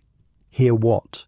That sound, like another whistle, louder this time, definite. Your father is at the window, pressing his face to the glass, staring east. I see smoke, he says, voice shaking. I see smoke. Everyone rushes to look. Sure enough, there's a dark smudge on the horizon, moving, getting bigger. It's a train, your mother whispers. It's actually a train. You don't believe it. Can't believe it. Trains are things from before, from the old world. They don't exist anymore. But the smoke keeps coming, the whistle keeps sounding, and then you see it. Black engine, small but real, pushing through the last drifts on the tracks. The whole town comes out. People you haven't seen in weeks, people you thought were dead, all stumbling out of their shanties, all staring east, all watching the impossible happen. The train gets closer, closer, slows, stops at the station. Nobody moves. You're all too scared it's a dream, too scared it'll disappear if you get close. Then the engineer climbs down, real, solid, alive. He looks at the crowd of skeletal people staring at him and his face goes white. Good God, he says, what happened here? Winter, your father says. Simple answer, complete answer. The train is full of supplies, flour, sugar, coffee, salt pork, dried beans. Everything, all the things you ran out of months ago, all the things you forgot existed, Mr. Hartley cries, just stands there on the platform sobbing. He's not the only one. Your mother buys flour, actual white flour, not wheat to grind, flour ready to use. She holds the sack like it's made of gold. That night you have real bread made from real flour with real sugar. It's soft, light, nothing like the dense, gritty stuff you've been choking down. William eats 3 pieces, gets sick, throws it all up. His stomach can't handle rich food anymore. It's been too long. Your mother gives him smaller pieces, makes him eat slow. His body has to remember how to digest, how to process actual nutrition. You eat slow too, savouring every bite, every crumb, every moment of fullness. The train brought news too. The winter hit everywhere. Minnesota, Iowa, Nebraska, all of it buried, all of it starving. You weren't alone. Doesn't make it better, but it helps somehow. More trains come, 1 a day, then 2 a day, bringing supplies, bringing news, bringing life back to the prairie. The snow starts melting for real, not a false spring, the real thing, water everywhere, rivers of meltwater running through the streets, the drifts shrinking, the ground appearing, mud. You never thought you'd be happy to see mud, but mud means earth, means solid ground, means winter is actually finally ending. Mr. Olson plants seeds in his garden. It's too early, probably, but he does it anyway, needs to believe in growing things again, needs to trust that life continues. You help your mother clean the shanty, sweep out months of accumulated everything, hay bits, dust, grime, all of it goes. Fresh air comes in through the open door, real air, spring air. It smells like dirt and water and growing things. Margaret stops by. She looks better, still thin, still haunted, but better, more alive. Want to practice reading? She asks. You almost laugh. Reading, that thing from before, that normal thing. Sure, you say. You sit outside in the actual sunshine and read together, stumbling over words, laughing when you mess up, being kids again, being normal again. It feels weird. Wrong, almost. Like you don't deserve to be happy. Like you should still be suffering. But you're not suffering. Not right now. Right now you're full and warm and reading in the sun. And that's okay. It's allowed to be okay. Your father surveys the farm, checks the fields. They're still frozen, still snow-covered in the low spots, but thawing, slowly, getting ready. We'll plant late, he says, but we'll plant. We'll get a crop in. A crop. The future. Planning ahead. These are things you stopped doing. Things that seemed impossible, but now they're not. Now the future exists again. Your mother finds her diary, hasn't written in it since January. She sits at the table, pen in hand, staring at blank pages. I don't know what to write, she says. How do you write about this? How do you explain what we went through? You don't know. You don't think anyone who wasn't here could understand, could believe it, could imagine surviving it. She writes anyway. Simple words. We made it. Winter is over. We survived. That's all there is to say, really. You survived, against everything, against odds that should have killed you. You lived. The Baxters didn't come back. The family that tried to walk to Huron, they're gone. Probably frozen somewhere on the prairie. Probably won't be found till summer. 3 other families didn't make it either. Found dead in their shanties, starved, froze, just ran out. Could have been you. Should have been you, maybe. The fact that it wasn't feels like luck, like grace, like something you don't deserve but got anyway. You don't know why you lived and they didn't. Don't know why your family made it when others failed. There's no logic to it. No fairness. Just chance. Just stubborn refusal to quit. Just one more day repeated until the days added up to enough. The town buries its dead when the ground thaws. You attend the service, everyone does, standing together, remembering, grieving people you barely knew but shared hell with. The preacher talks about sacrifice, about faith, about God's plan. You don't know about that. Don't know if there was a plan. Don't know if any of this meant anything, but you're alive. Your family is alive, and that has to be enough. Spring comes in fully now. Real warmth, green appearing in patches, birds returning, life everywhere. You watch it happen with different eyes, with survivor eyes. Every flower feels like a miracle. Every warm day feels like a gift. Every meal feels like abundance. You'll never take food for granted again. Never complain about being too warm. Never waste anything. This winter taught you that. Taught you what matters, what doesn't, what you can endure. Your father plants the fields. You help. All of you help, pushing seeds into cold earth, trusting they'll grow, trusting life will return. It does, slowly. Green shoots appearing, reaching towards sun, doing what they're made to do, growing, living, continuing. Just like you, William gains weight first. Kids bounce back faster. His face fills out. His energy returns. He runs again. Actually runs. You forgot kids were supposed to run.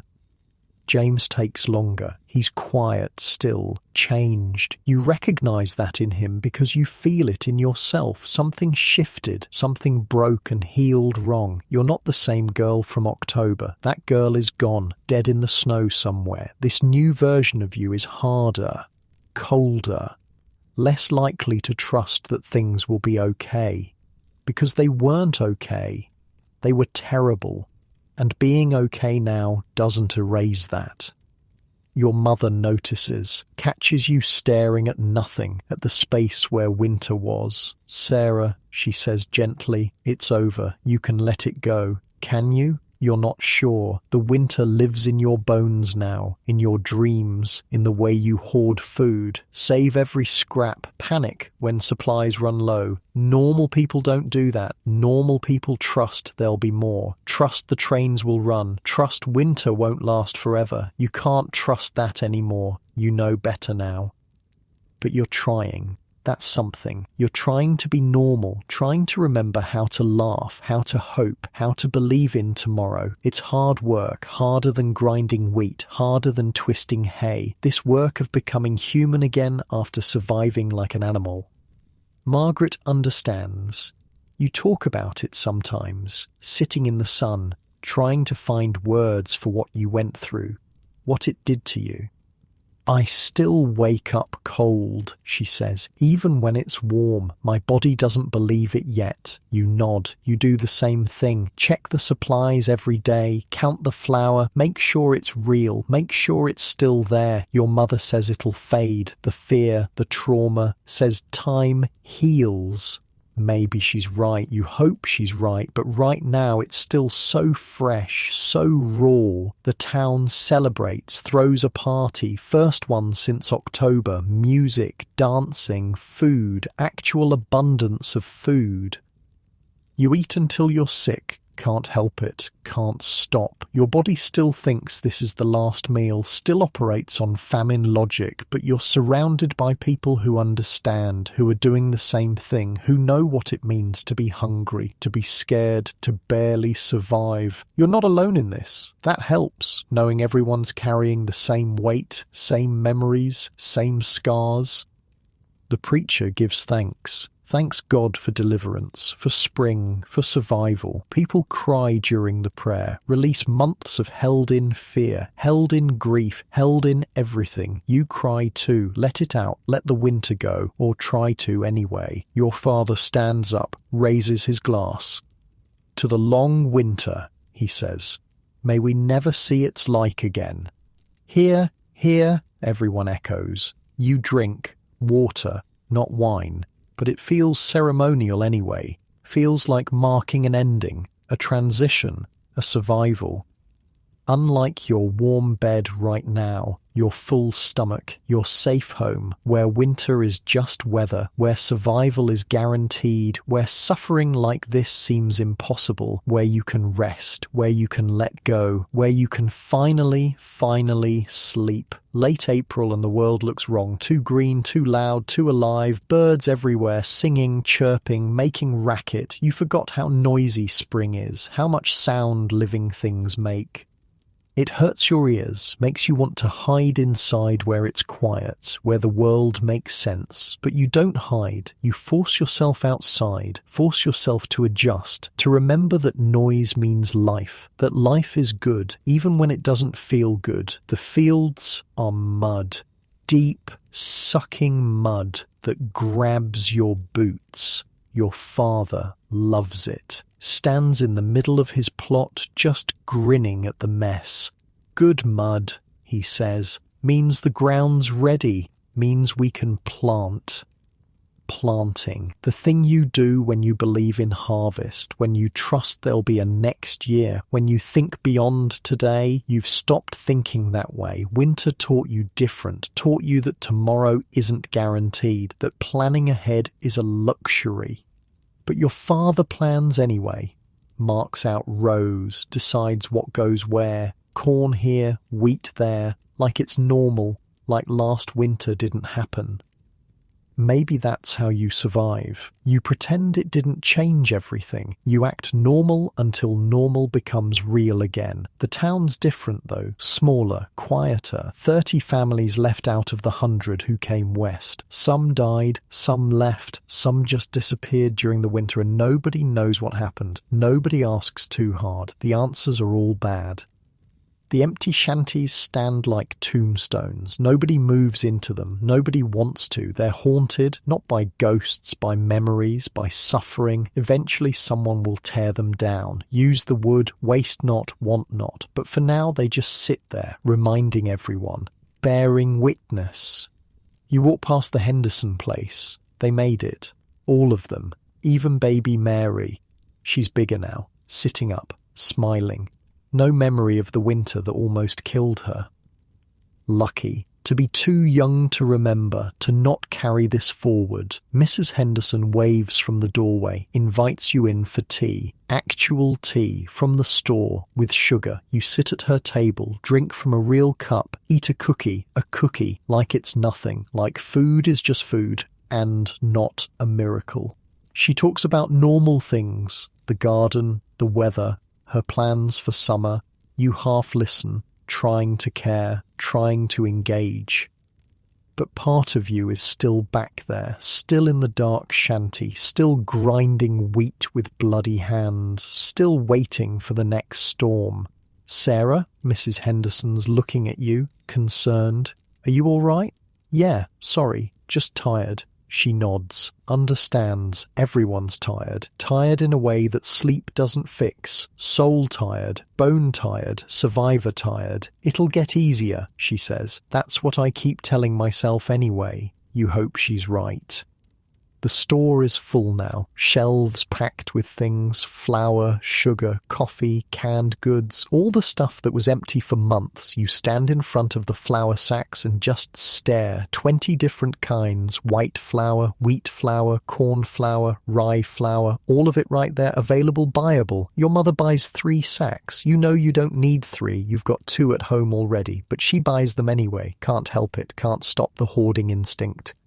Mr. Hartley doesn't judge, just takes the money. He's doing the same thing. His storeroom is stuffed, overstocked, more inventory than he could sell in a year. But he keeps ordering more, keeps filling shelves, because empty shelves mean winter, mean death, mean terror. None of you are over it, you're just pretending better. School starts up again. The building sat empty all winter, too cold, too dangerous, no fuel to heat it, no kids with energy to learn.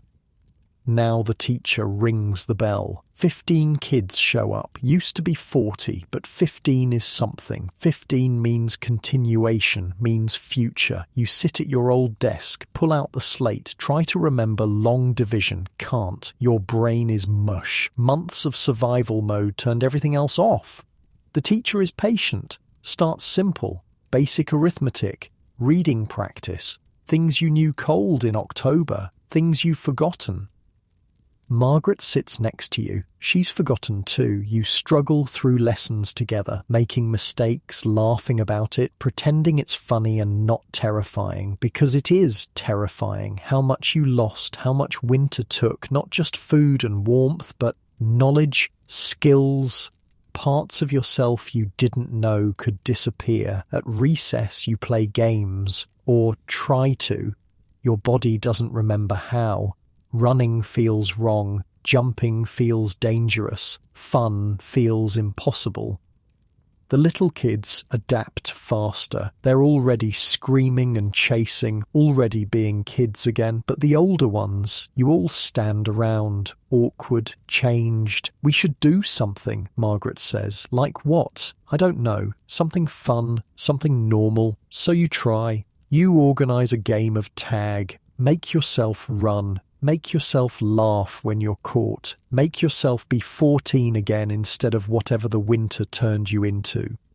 It works. Sort of. For a few minutes you forget. You're just kids playing. Just normal. Just alive. Then the wind picks up. Just a normal spring wind. But for a second your heart stops. Your body tenses. Ready for another blizzard. Ready for winter to come back. It doesn't. It's just wind.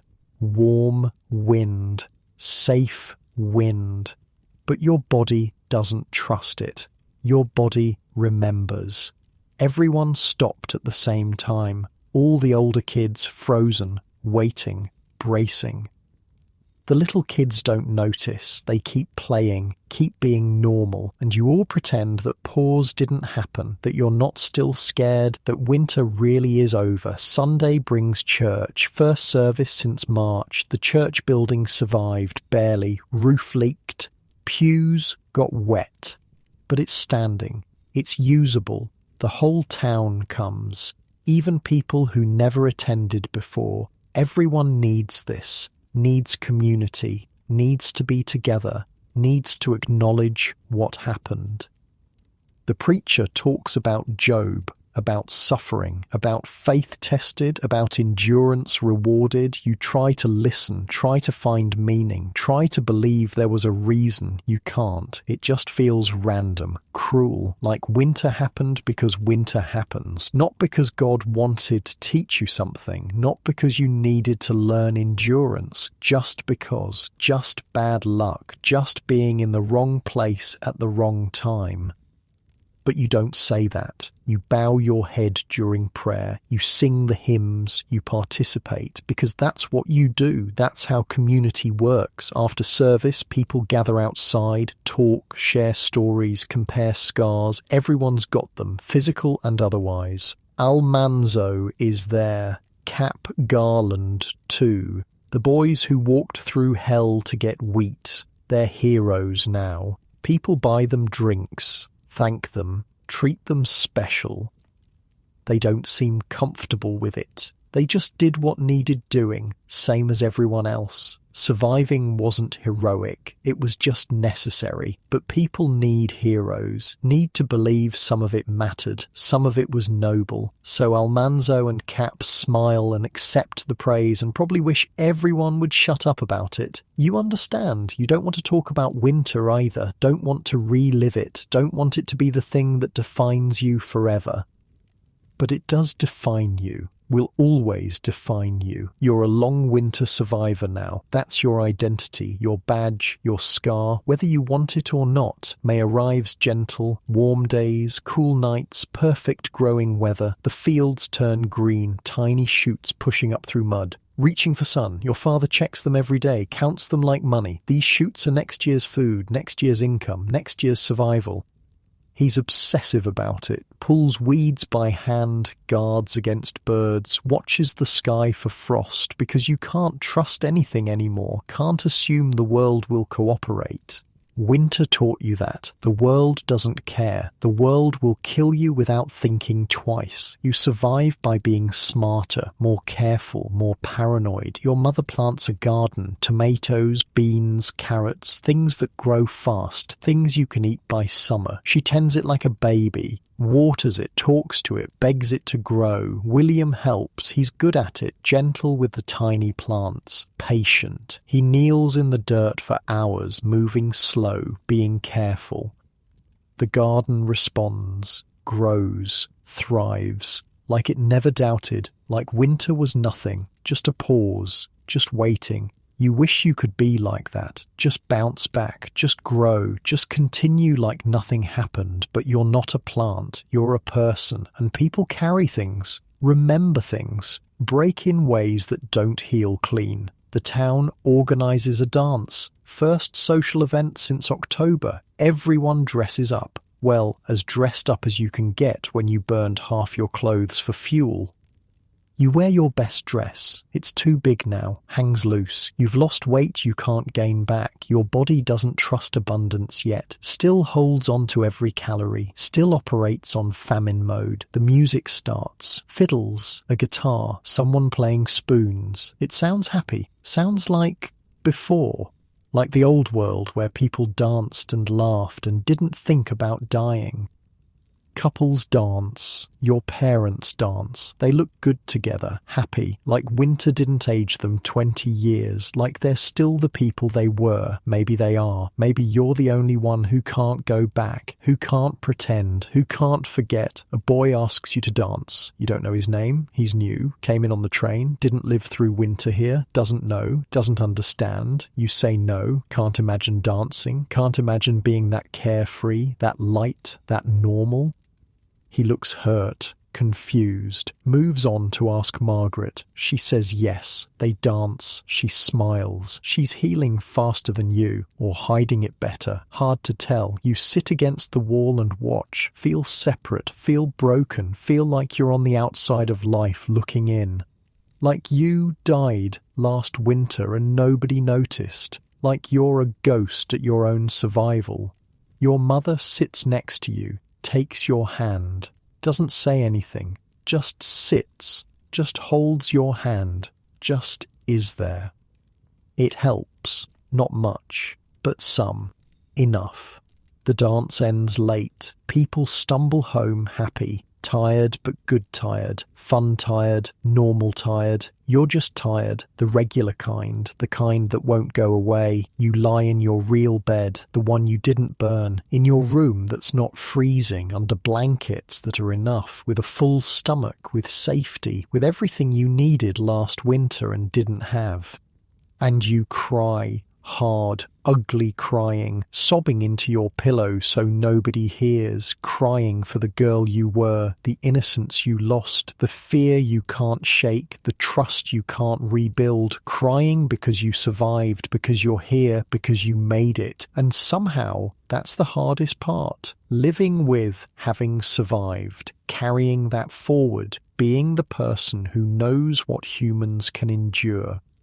Your mother comes in, lies down next to you, holds you, rocks you like you're little again, like comfort still works, like mothers can fix things. She can't, but she tries, and that's something. That's love, that's family, that's survival too, the kind that matters, the kind you do together, the kind that keeps you human even when everything else tries to make you animal, even when winter tries to kill your softness. Your hope, your ability to trust tomorrow. You hold on to each other, onto family, onto the thing winter couldn't take. And maybe that's enough. Maybe that's how you heal. Maybe that's how you move forward, one held hand at a time, one shared moment, one small piece of normal, until normal becomes real again, until you believe it again, until you are it again. Maybe. Morning comes soft, sunlight through clean windows, bird sounds, William's voice from the other room asking about breakfast, normal sounds, morning sounds, life sounds. Your mother gets up, smooths her hair, wipes her eyes, goes to make breakfast like last night didn't happen, like crying didn't happen, like breaking didn't happen. That's her way. Keep moving, keep doing. Keep being the strong one. You wonder if she cries alone, if she breaks when nobody's watching. Probably. Everyone does. You get up too, wash your face in water that's not frozen, put on clothes that are clean, eat breakfast that exists, do the things, be alive, keep going. The Olsons stop by later, want to borrow a plough. Your father says yes without hesitation. That's how it works now. You share. You help, because you all survived together, because you're bonded in ways people who didn't go through it can't understand. Mrs. Olson brings eggs, fresh eggs from her chickens. They started laying again. She gives you 6, won't take no for an answer, won't accept payment. We help each other, she says. Simple, true. The rule you lived by, the rule that saved you, the rule you'll keep forever now. Your mother makes the eggs for lunch, scrambled, with actual butter from the store. William eats his so fast he chokes. James savours every bite. Your father closes his eyes while he chews, remembering, appreciating, being grateful. Gratitude, that's new, or not new, but different. Deeper. You're grateful for things you never thought about before. Running water, glass windows, solid walls, full stomachs. Tomorrow. Especially tomorrow. The fact that there is one, that you'll wake up, that life continues, that's not guaranteed. Winter taught you that. People die, life ends. Tomorrow is a gift, not a right. The town plants a tree, memorial for those who died. A young oak, small but strong, growing, surviving, thriving against odds, like you. Everyone gathers for the dedication. The preacher says words, people cry, you cry, not just for the dead, for the living too, for what you lost, for what you kept, for the fact that you're here at all. Your father puts his hand on your shoulder, squeezes, says nothing, doesn't need to. The squeeze says everything. We made it. We're here. We're alive. We're together. You lean into him, into family, into the thing that matters most, the thing worth surviving for. The sun sets warm, pink sky, purple clouds, beautiful. You notice beauty again. That's new. That's progress. That's healing. You stand in your doorway and watch it. Watch day become night. Watch light fade gently instead of being swallowed by storm. Watch the world be peaceful. Be safe. Be kind. Your mother joins you, stands beside you, silent, together, breathing evening air, being alive, being here, being okay. Not perfect, not healed, not the same, but okay. And okay is enough. For now, for today, for this moment, okay is everything. Late May and summer's knocking at the door. The heat is real now. Actual warmth that makes you sweat. You forgot about sweating, about being too warm instead of too cold, about stripping off layers instead of piling them on. It feels wrong. Your body doesn't trust it. Keeps expecting the temperature to drop, keeps waiting for the cold to return, but it doesn't. Summer is here. Winter is gone, really truly gone. The crops are knee-high, green and healthy, growing like they're trying to make up for lost time. Your father walks the rows every evening, just looking, just appreciating, just believing. He's different now, quieter, more thoughtful. He doesn't take anything for granted anymore, doesn't assume the crop will make it, doesn't plan too far ahead, just tends what's in front of him and hopes for the best. You understand, you're the same way, can't think beyond next week. Next month feels like fantasy. Next year feels impossible, so you focus on now, on today, on this moment. That's all you can handle anyway. The garden is producing, actual vegetables growing, actual food coming from the ground. Your mother picks the first tomato like it's made of gold, red and round and perfect, proof that life continues, that earth still gives, that planting still works. She slices it for dinner. Everyone gets one piece, thin, small, but real, fresh, alive. You eat yours slow, tasting summer, tasting hope, tasting tomorrow. William wants to save the seeds, plant them next year, make more tomatoes, more food, more insurance against hunger. He's changed too, thinks about next winter already, worries about supplies, asks questions about storage, about preparation, about not getting caught unprepared again. He's 7. 7-year-olds shouldn't think like that, but winter made him old. Made all of you old, took away the luxury of being careless, of trusting the world to be kind. James helps build a new shed for storing hay, for keeping fuel dry and ready, just in case, always just in case now. You plan for disaster, hope for the best, prepare for the worst. The town's doing the same. Everybody's stocking up, filling cellars, buying extra. Nobody wants to be caught again. Nobody can survive another winter like that. So you prepare, you save, you remember, always remember.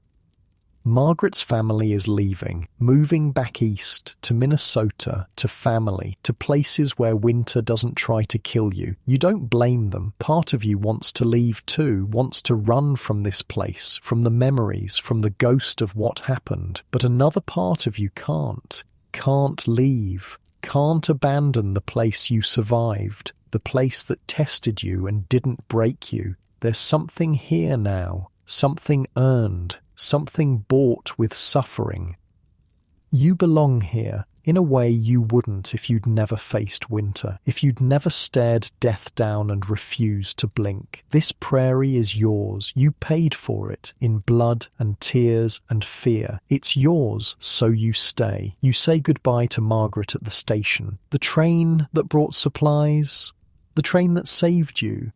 Now it's taking her away, taking your friend, your witness, your fellow survivor.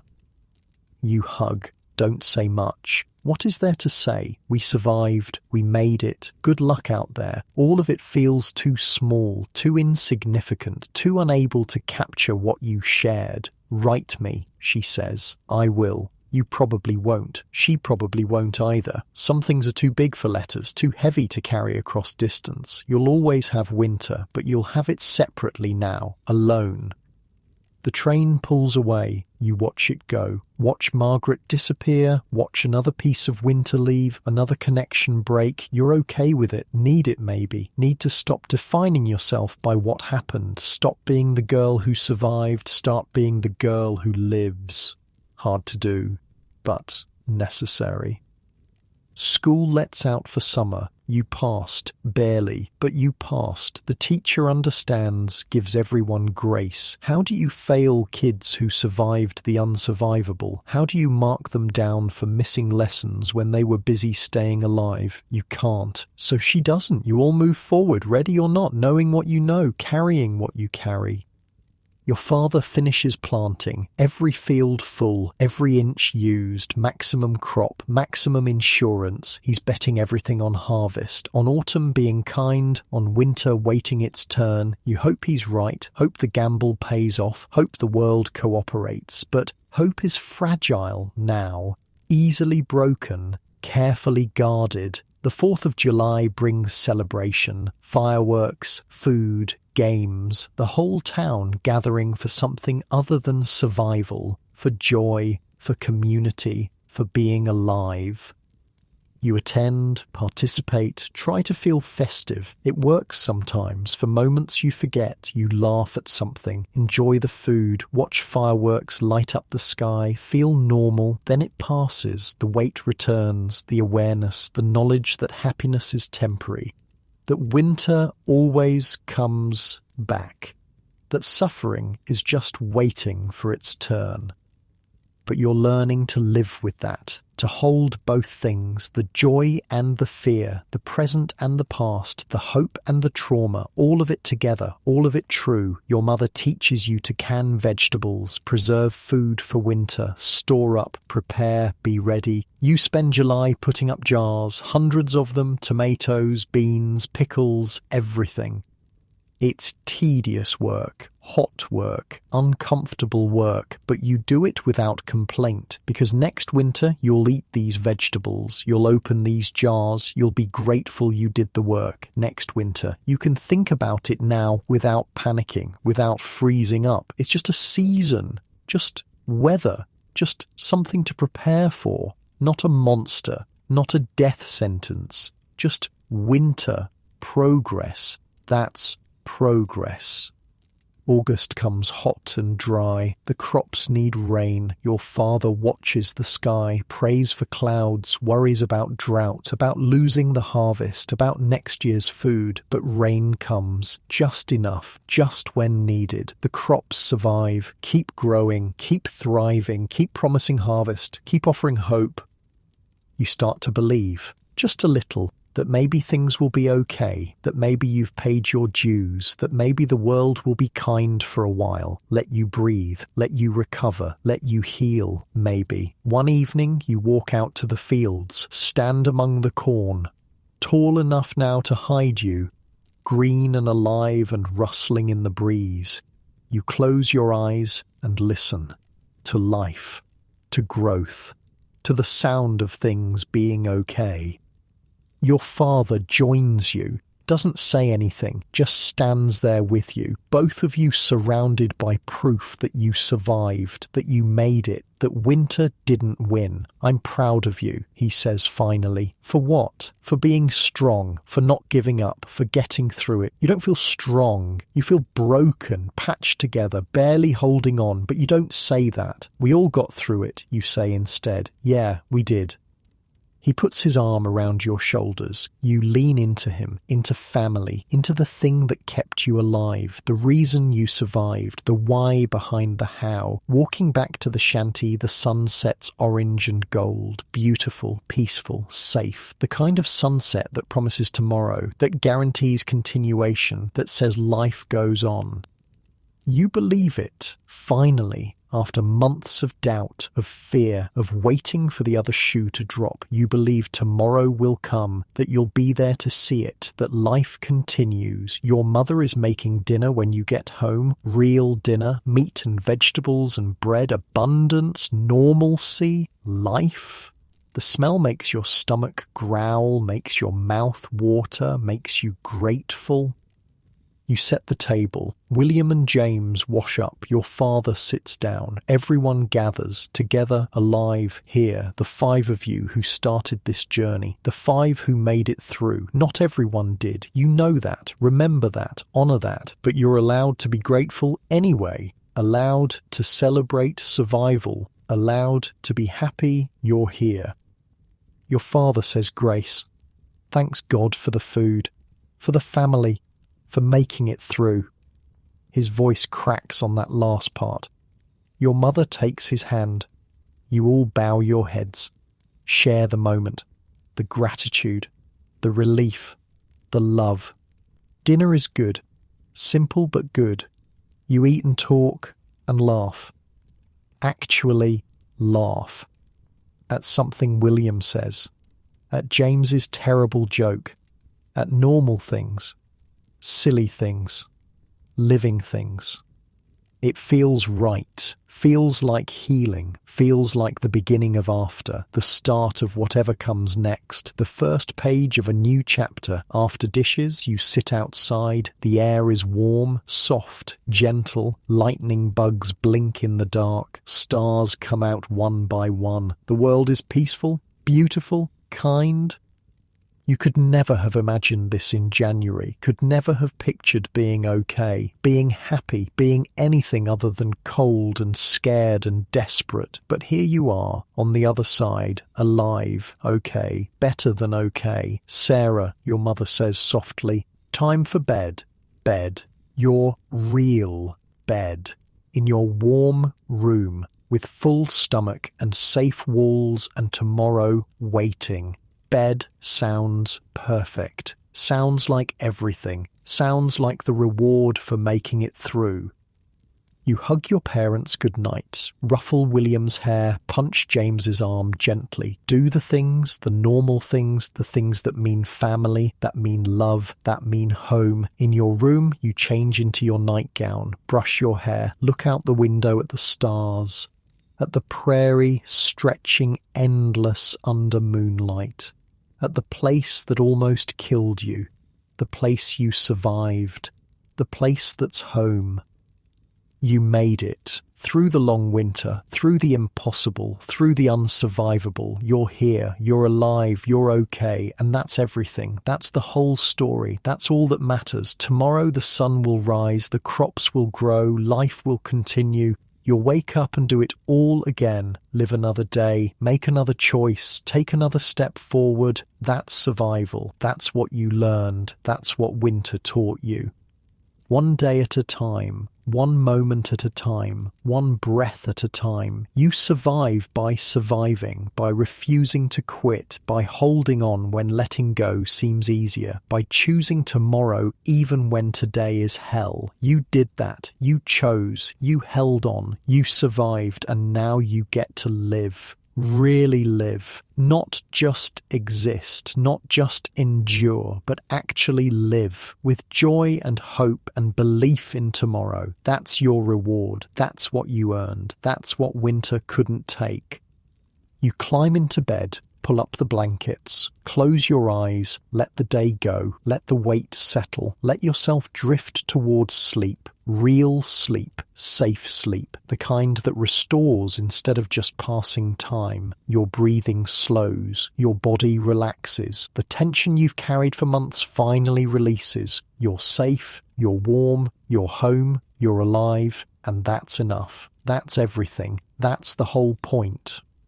Unlike the pioneers of 1880, you have the comfort of knowing winter always ends. You have heat at the touch of a button, food at every store, safety in every season. You have everything they fought for, everything they survived for, everything they earned. Rest in that tonight. In your warm bed, in your safe room, in your full-bellied comfort, you have what Sarah and her family desperately needed, what they would have given anything for, what they survived to give their children's children. You're the future they fought for, the tomorrow they believed in, the reason they held on when holding on seemed impossible. Every warm night you have, every full meal, every safe winter, that's their gift to you, their legacy, their survival paying forward. So honor it. Not with guilt, not with obligation, but with gratitude, with awareness, with appreciation for the simple things: heat, food, safety, tomorrow. The things they taught us to value, the lessons written in their survival, the wisdom earned through suffering, the knowledge passed down through generations, that humans can endure, that winter ends, that hope matters, that family is everything, that one more day is always worth fighting for. Sarah would be glad you're warm tonight, would smile knowing you're safe, would want you to sleep peacefully, to rest without fear, to trust tomorrow, to live the life she survived to make possible.